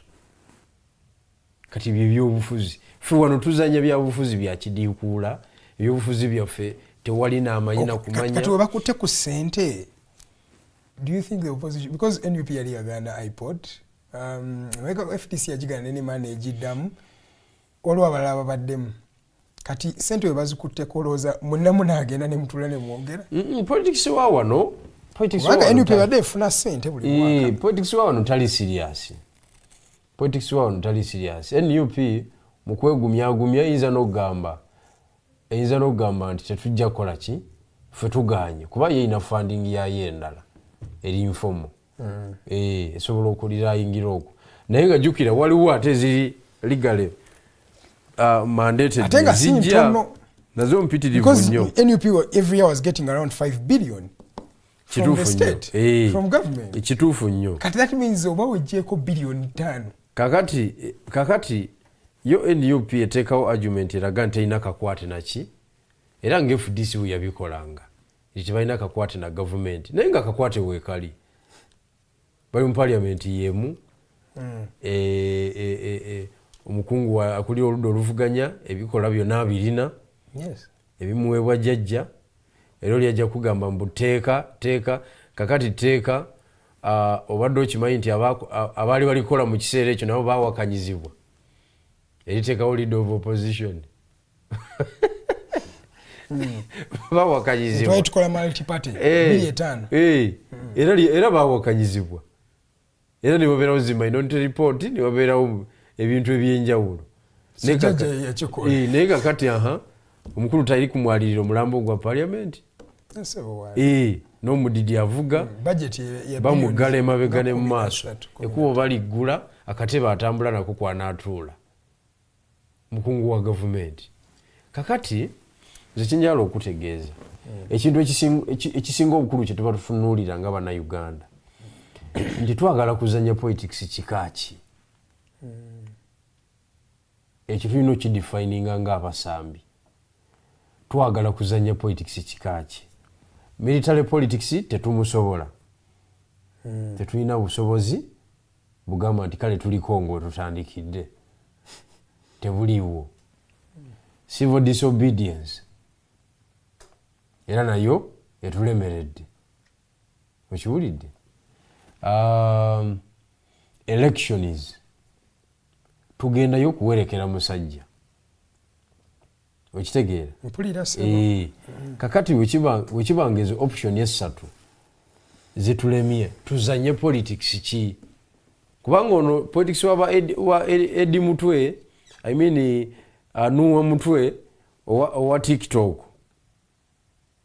nojja kwogera ku kiguddewo takola naye ndaba ennaku zino yasinga nanti takola atyanga abaana be bayombera ku TikTok Joel Ssenyonyi yajjayo yafuluma parliament teyafuluma ekyo kyenyini kyendimukulaga nti ennaku zino politics abaana ekyo kyenyini kyenkugambye ekyo kyenyini kyenkugamba nti tosobola kubanga omukulembeze yenna tetusobola kubanga tetulina formula kwe tutambulira nga futu soja agenda okutuwa guidance tekisoboka politics abakulembeze be balina okuwa guidance munnakamuli wakugamba jeno tokola kino nga gwogenda okikola nina okubannyonnyola nti twagenza okutuulamu ne tiimu enkugu ennyo ne tukuba tooki mu kino ne mu kino ne mu kino ne kino kye mubadde mugamba ne tulowooza nti kino kye kisingako olw'ensonga zino yes abantu beetaaga kubannyonnyola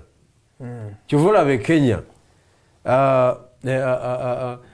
ba leaders b'e Kenya boogerera mu zi region position yaki yabataka abataka okukkiririzaamu bateekwa okusooka okumanya ekisooka nti otegeera kyolimu okiwulidde era bakifunamu nabo so si gwe kugamba bugambi awo mbugu oli mukulembeze naye nga byokulembera tebitegeerekeka so nze kyenjagala abantu bategeere njagala abantu bategeere politics abantu banategeera politics ebyo byonna bijja kuba biziddwamu ezo answers zonna I mean questions zijja kuba zifunye answers ng'omuntu wa wansi ategedde lwaki alonda kale according to CDF in fact omwogezi w'amagye mulimu abayeekera mulino eggwanga naddala mweno region kati nno kino kindeetako kyobadde ogamba nti politics bamuzanya batya abamu basazeewo okuzanya bwe batya according to the UPDF olowooza ki ku nsonga eno nti tulina rebel groups wano nalabye bakootinga ambasada w'e Germany era n'okumukanga ne bamukanga nga tetunatuuka kwamba ye asose n'agamba nti waliyo oyo ambasada ajja kubanga bagamba afandinga naye the fact that the idea that mulimu rebel groups otuba tukirowoozaamu ngaffe be baana abakwata mundu abali mu kwekolamu omulimu okukwata obuyinza ng'ekintu ekyakolebwa emyaka 4 emabega muli neggwanga Museveni n'alonchinga n'agenda n'awamba obuyinza ng'akoseze mundu according to Lieutenant Kano Magezi waliwo abakwata mundu abayeekera muli neggwanga naddala mweno region kiki olowooza ku nsonga yennyini ye ng'omwogezi omumyuka w'omwogezi w'amagye kitegeeza bw'ajja okwogera awa position y'amagye ate abalina intelligence ate yagamba according to intelligence gye balina of course okuwa position y'amagye intelligence gyomba mulira ayinzeeko kati intelligence yaabwe bwe bawadde nti muno mulimu abayeekera ekisooka politically abaagala gavumenti yeggwe nga nange mwendi tuddamu amaanyi okitegedde kiba kicommunicatinga nti waliyo abantu abali mu kunoonya obuyinza betutamanyi na kumanya ekyo kiba kikola ki abatali babigirwa abatali baffe abatali bakyagulanyi oba bammwe omanyina byosobola obeera nga osanga nga be bammwe abatali baffe ate gwe yeyitana na jeno nze byange bireke anti so okukaira nkyanga oli mu combat communication ye aba alowooza nti akuba ludda luvuganya naye aba acommunicatinga nti mu ggwanga mulimu abantu abatajja ku kamera abatamanyiddwa abali mu kunoonya obwakyongoozi ekyo nno ku buli mulwanyi yenna kiba kirina okuzzaamu amaanyi and motivation okiwulidde ekyo ne kibeera awo ekyokubiri kiba kitegeeza bw'oyogera ng'oyagala just kusuppressinga ludda luvuganya olumanyiddwa kitegeeza nti era gavumenti eno enafuye nnyo to the level nti eddira ne munnabyabufuzi ow'omuzindaalo owa TikTok ne Twitter ne Facebook ne muqualifyings okubeera omuyeekera. Ako si kabonero k'amaanyi, kabonero ka bunafu. Ekyo Kano Magezi asaanye akitegeere. Eringa agambye nti in fact yayongeddemu n'ekigambo kya NUP nti bano abayeekera balabika bali affiliated to NUP nga political party. So anti baparedinga ebyo baparedinga with facts kubanga obuzibu bwe tulina nti bano abasajja for example bakwatako Kyagulanyi mu Arua ne baparedinga emundu as an evidence. Yeah. Ne baziteekaawo. Yoga omusajja abadde ne helicopter gunship, abadde ne tanka, abadde katono bamugambe nti adde ne helicopter y'amagye. Bakwatira mu hoteri. Kakati ne bibyogera bennyini ne baddamu ne bagamba ne bagujjako omusango gwe kennyini kubali bamutadde. Credibility yaabwe mu information yafa bwe buzibu bwe balina. Ate baagiyita balowooza bakola nnyo. Toyinza kuddira a pure civilian Kyagulanyi Sentamu n'ogamba nti abadde ne helicopter gunship. Radio call zizito ne bateekawo zi AK ne magazine oba 3 nenga naye abasajja bano kye bakola bakimanyi. Tebamanyi nti balina ekifaanyi kye basiiga mu Bannayuganda ekitali kya buvunaanyizibwa. Public trust gye bakuba. Kati nibo tuleeta story olwaleero mbu abayeekera we bali tugenda okulaba bw'oba okwata Edi Nuwa Mutwe. Edi Mutwe yalwana yakuba munnamawulire n'amenya kamera. Bagamba yadda basweta. Okiwulidde. Kati tulaba nti gavumenti yo gy'oba okuba. Bano bonna bano abali mu ebyo mu operation iz'obwo obwekyana ekito kukwata Nuwa Mutwe biki bali anti-government.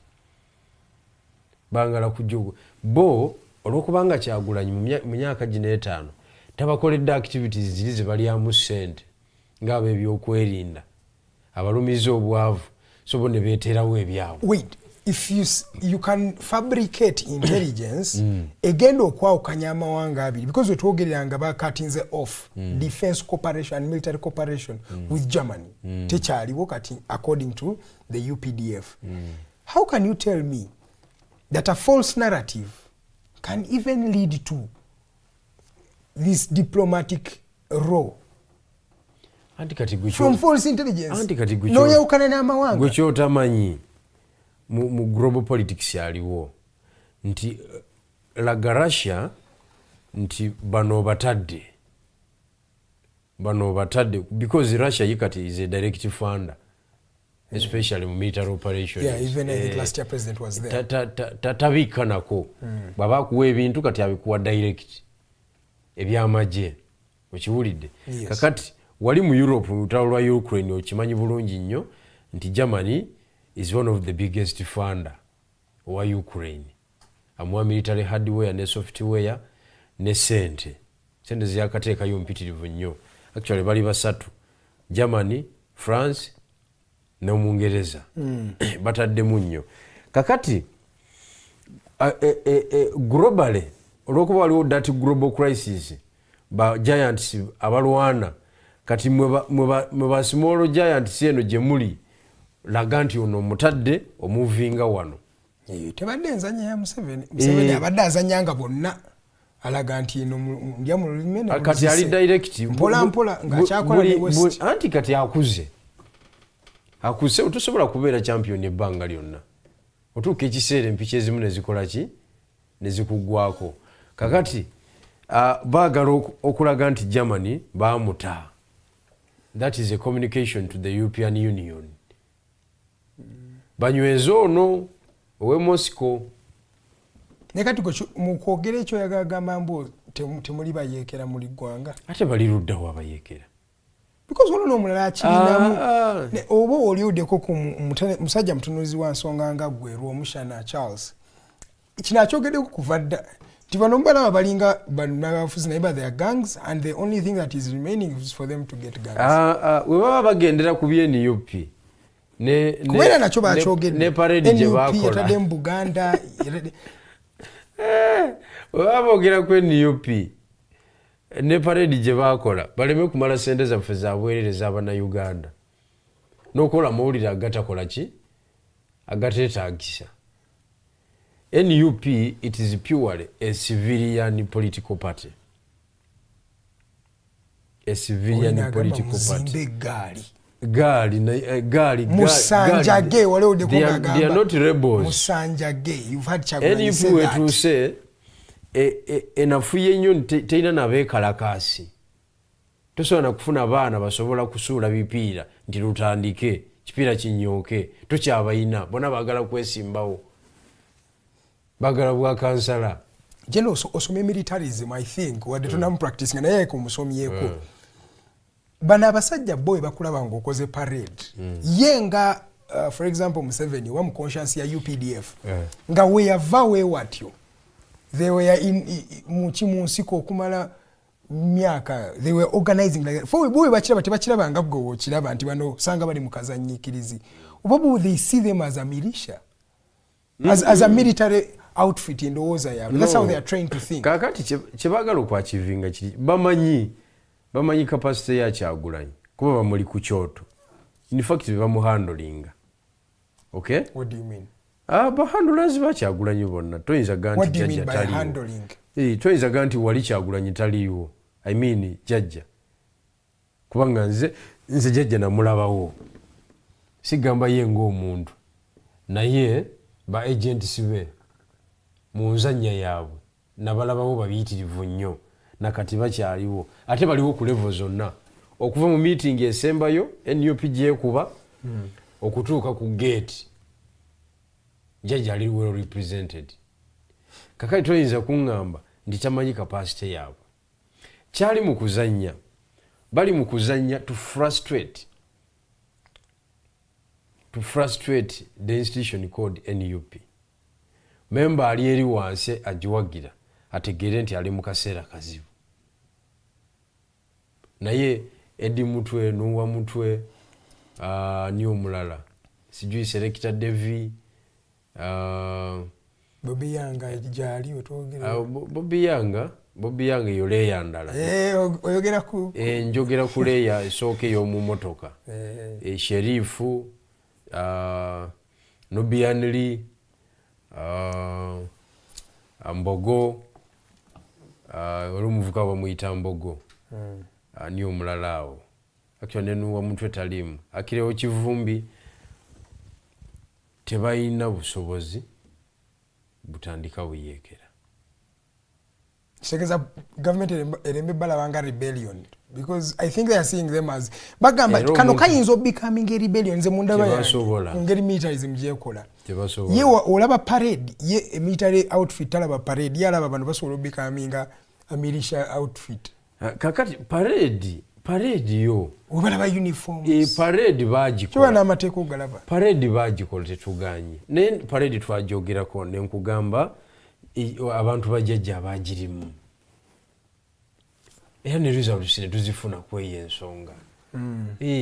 So parade tujogera nako ekisooka yali mu kubeerawo kwayo era baali bamanyi nti parade egenda kubeerawo kubanga wali ku kkubo jjajja waayita buli lunaku okiwulidde mu kiseera ekyo jjajja yali ayitaawo kati ayita Kansanga ennaku ze yavuddeyo. Yes.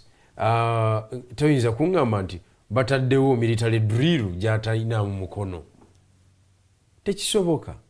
Bacommanders ba parade walaba bakwata andi basooka chairman Nyansi gwe basooka n'alyoka ayogera abalala ye kenyini n'atugamba yamalayo 6 hours n'ayogedde abalala bonna 6 hours ate nawe okyogedde kwano nti no byetwalaba effects tuziraba kati eza ebyaliwo in the past. Anti kati yo UPDF oba ne security agencies zaagala okumalira mu ddala obumulumulu obulimu obwali kirowoozezza.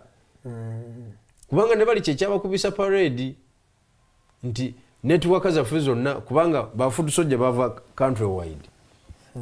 Okitegeera eggwanga likulira ne babaleeta awo. Lwaki babaleeta awo? Is to expose them. Okay, so fast forward we enter a meeting with General Sale. Wakyogedeko tetumanyi na lwaki abantu bagenda wa General Sale eggulu. Meeting eyo twalabye ono Mathias Sasha ng'ayogera ku Muhoozi.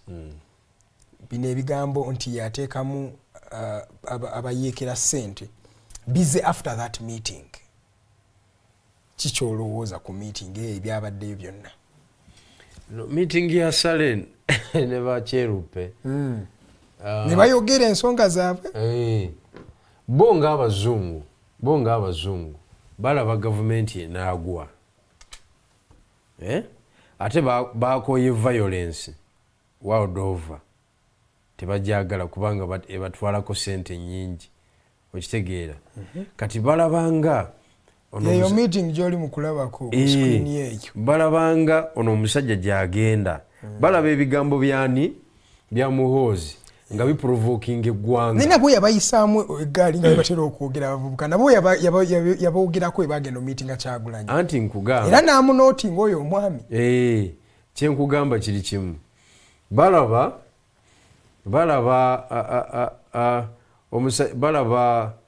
enzanya ya Muhoozi Kainerugaba ng'eprovoking eggwanga. Because abazungu bakimanyi nti tewali walina buyinza na busobozi bukontrolinga government forever. Kwangu buba biyita mudda bino bye tulimu. Entalo bazirwana dda. Absolute power bagirimu. Kwa oyogera ku Germany omanyi story wa Germany. Ojulidde. Beomya. Na Hitler kye yakola abantu emyaka 98 emabega. Kati ebyo byonna bo balina experience ya politics. Kati bajja okwogera naawe. Baba bakola prediction, baba balaba obubonero bwa violence nga bunaatera okujja. So mu mbeera efaanagana bwetyo ne baba nga bakola ki balina okujja ne bakukanga nga bukyali. Ekyamazima abazungu violence bagikooye. Etwala ebintu bingi tebakyajagalira ddala. Kati wano bagezaako okutaakiriza. Kati bagende wa musajja mukulu General Sale. Ekisooka General Sale ne General Museveni bakujjukujju nnyo bayaaye nnyo nnyo. Ekiba kigenda mu maaso bakimanyi. Okitegeera.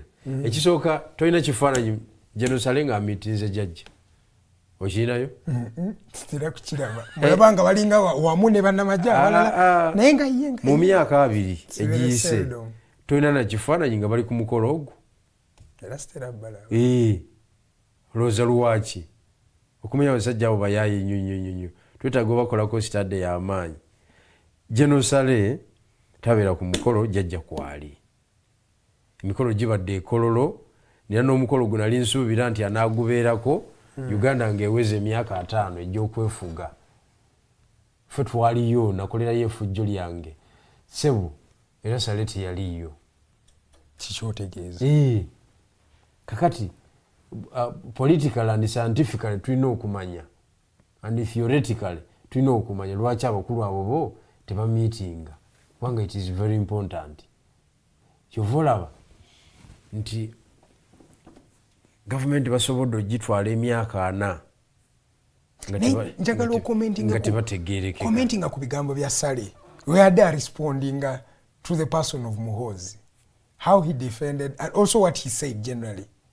Anti kakati Sale ng'omuyeekera ayogeranga muyeekera. Ayogeranga ali ku side yani yammwe abagenyi omuzze ate n'asigala ng'omusajja wa kyamulina. Because tewaliwo bintu Muhoozi byakola nga bano abakulu bombi tebabimanyi. Yagamba nze simutegeeraga ono UPDF commander asookedde ddala okubanga teyava mu breed ya NRA oba UNLF oba Uganda Army. N'agamba he's almost a Gen Z. Biki by'osoma mu bigambo ebyo? N'agamba maybe I can apologize but I won't be sure about what he will tweet tonight. Jagala soko oyogere mu bwongo bwa Sale gwe kyekikule kikyolaba kyalabamu mutabani we. Ono Sale ekisooka project ya Muhoozi Sale yena nyini waayo. Yena nyini waayo. Bw'oba okoze research ku bali abamalayo ye gwayagaliza. Naye nga Muhoozi alina obunafu bwe ng'omuntu bano bwe batalina aba UNLF aba NRA aba Uganda Army kubanga ye wa Uganda Army oyo Sale Uganda Army yes kakati mweye mbeera ba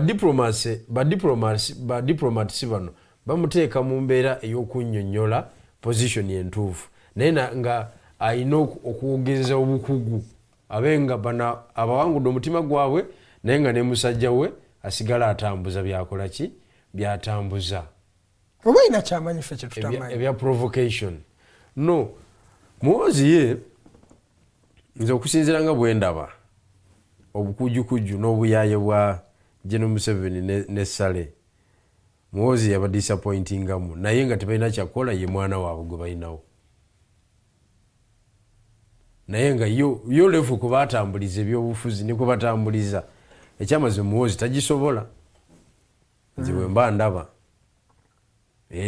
kubanga Sale buli muntu asympathizinga naye and by the way people say tebagala system naye there is a way Sale abantu tebamwagalamuko nga ye buli muntu asympathizinga naye yes, kakati ekyo that's the right word sympathize ekyo kyo ate Muhoozi takirina is a radical man bw'otunuulira position z'ateeka kuki ku Twitter radical extremist tayagala kuzanya kyetulina okumanya ensi awo eri ensi eri ku extreme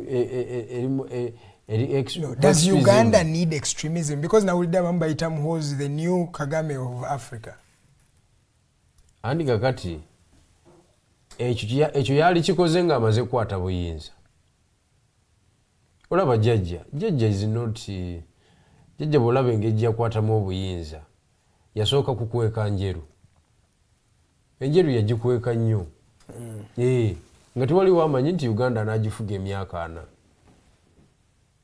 abakulagirawo nti tabeere mwangu teyaligguse teyaligguse naye kakati General Muhoozi yatulagiddewo nti tabeere wa muniino nga tanakikwata kati mu byokwata obuyinza anything can happen wabaawo fakiti emu ekuva mu ngalo kyonna nekiyiika kyonna nekiyiika ekyo nkubuulira kati diplomacy azeewa tumaliriza tutya Germany tenaba kubanga eyogera at least by today tebanaba kwogera kintu kyonna diplomacy tumuleseewa no General Museveni alina experience ku ebyo ajja kubafuna I know they will have a formal meeting era bacommunicating ekyo kiggwe kuba ye ate ekyatayagala kwe kuteekawo tension jjajja azanye ekyo olowooza nti Magezi agenda okwogera kino ekintu kajjajja takimanyiiko Magezi asobola bali ab'amagye bo bateekayo ebikwekweto bye bo bakola communication government efuna operation I'm saying with such intelligence gye baba balina okugenda okubyogera nga kano Magezi at least I'm thinking the head of state or the commander in chief I know banga amanyiko kuzine nsonga naddala ez'aba rebels anti kati jjukira bakava mu high command meeting yes I remember ekyokubiri guli ogutabo gwe balonkinga ogunene nnyo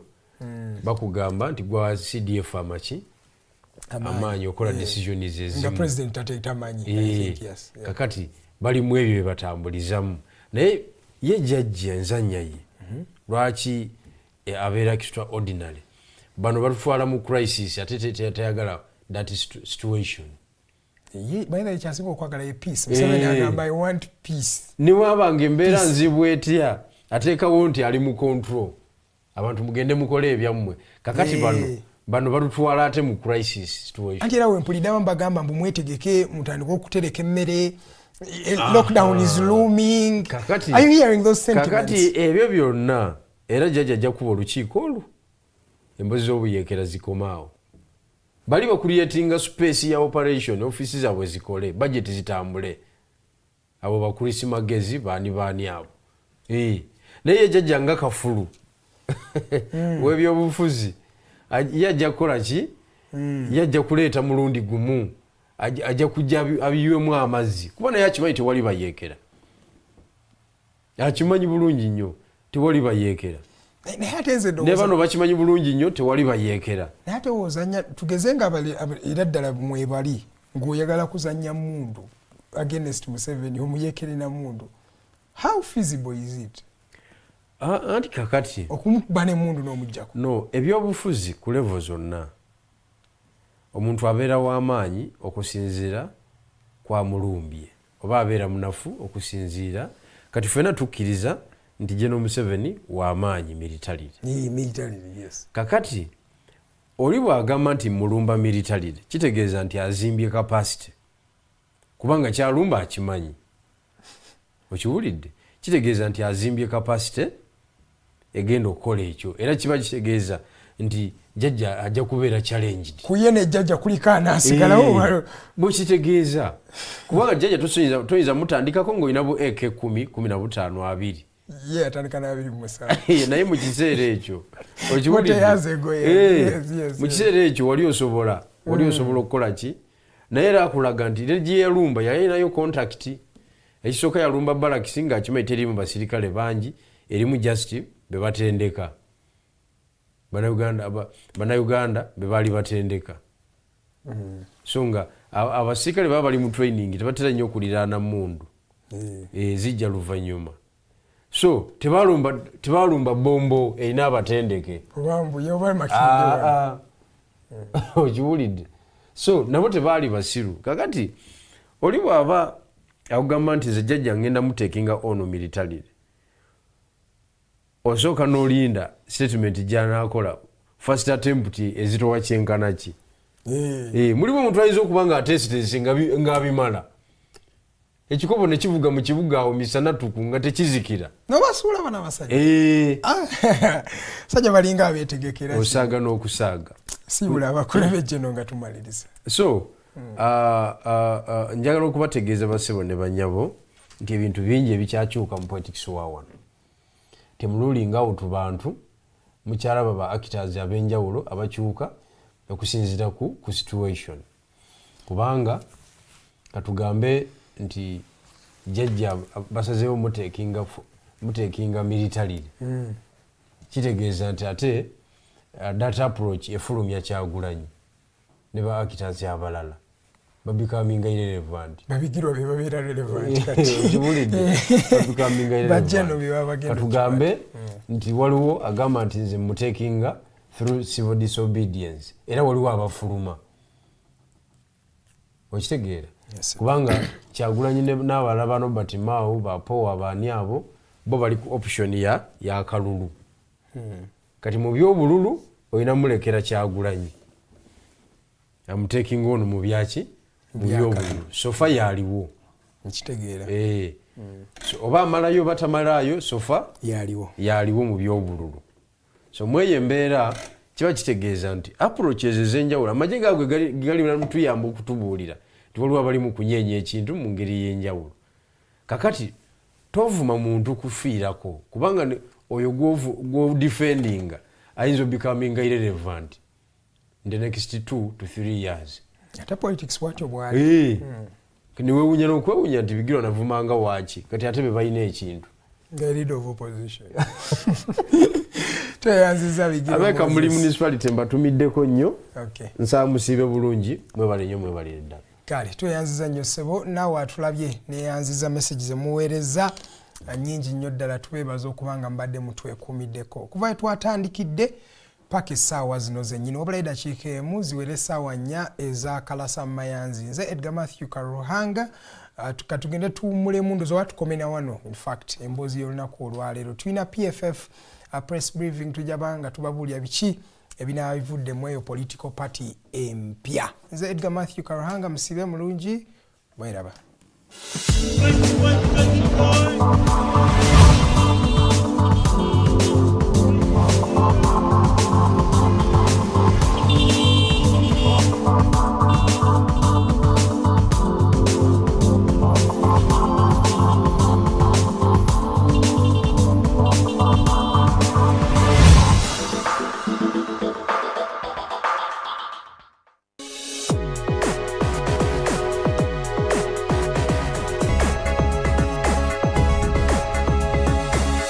The Alternative Dig Talk.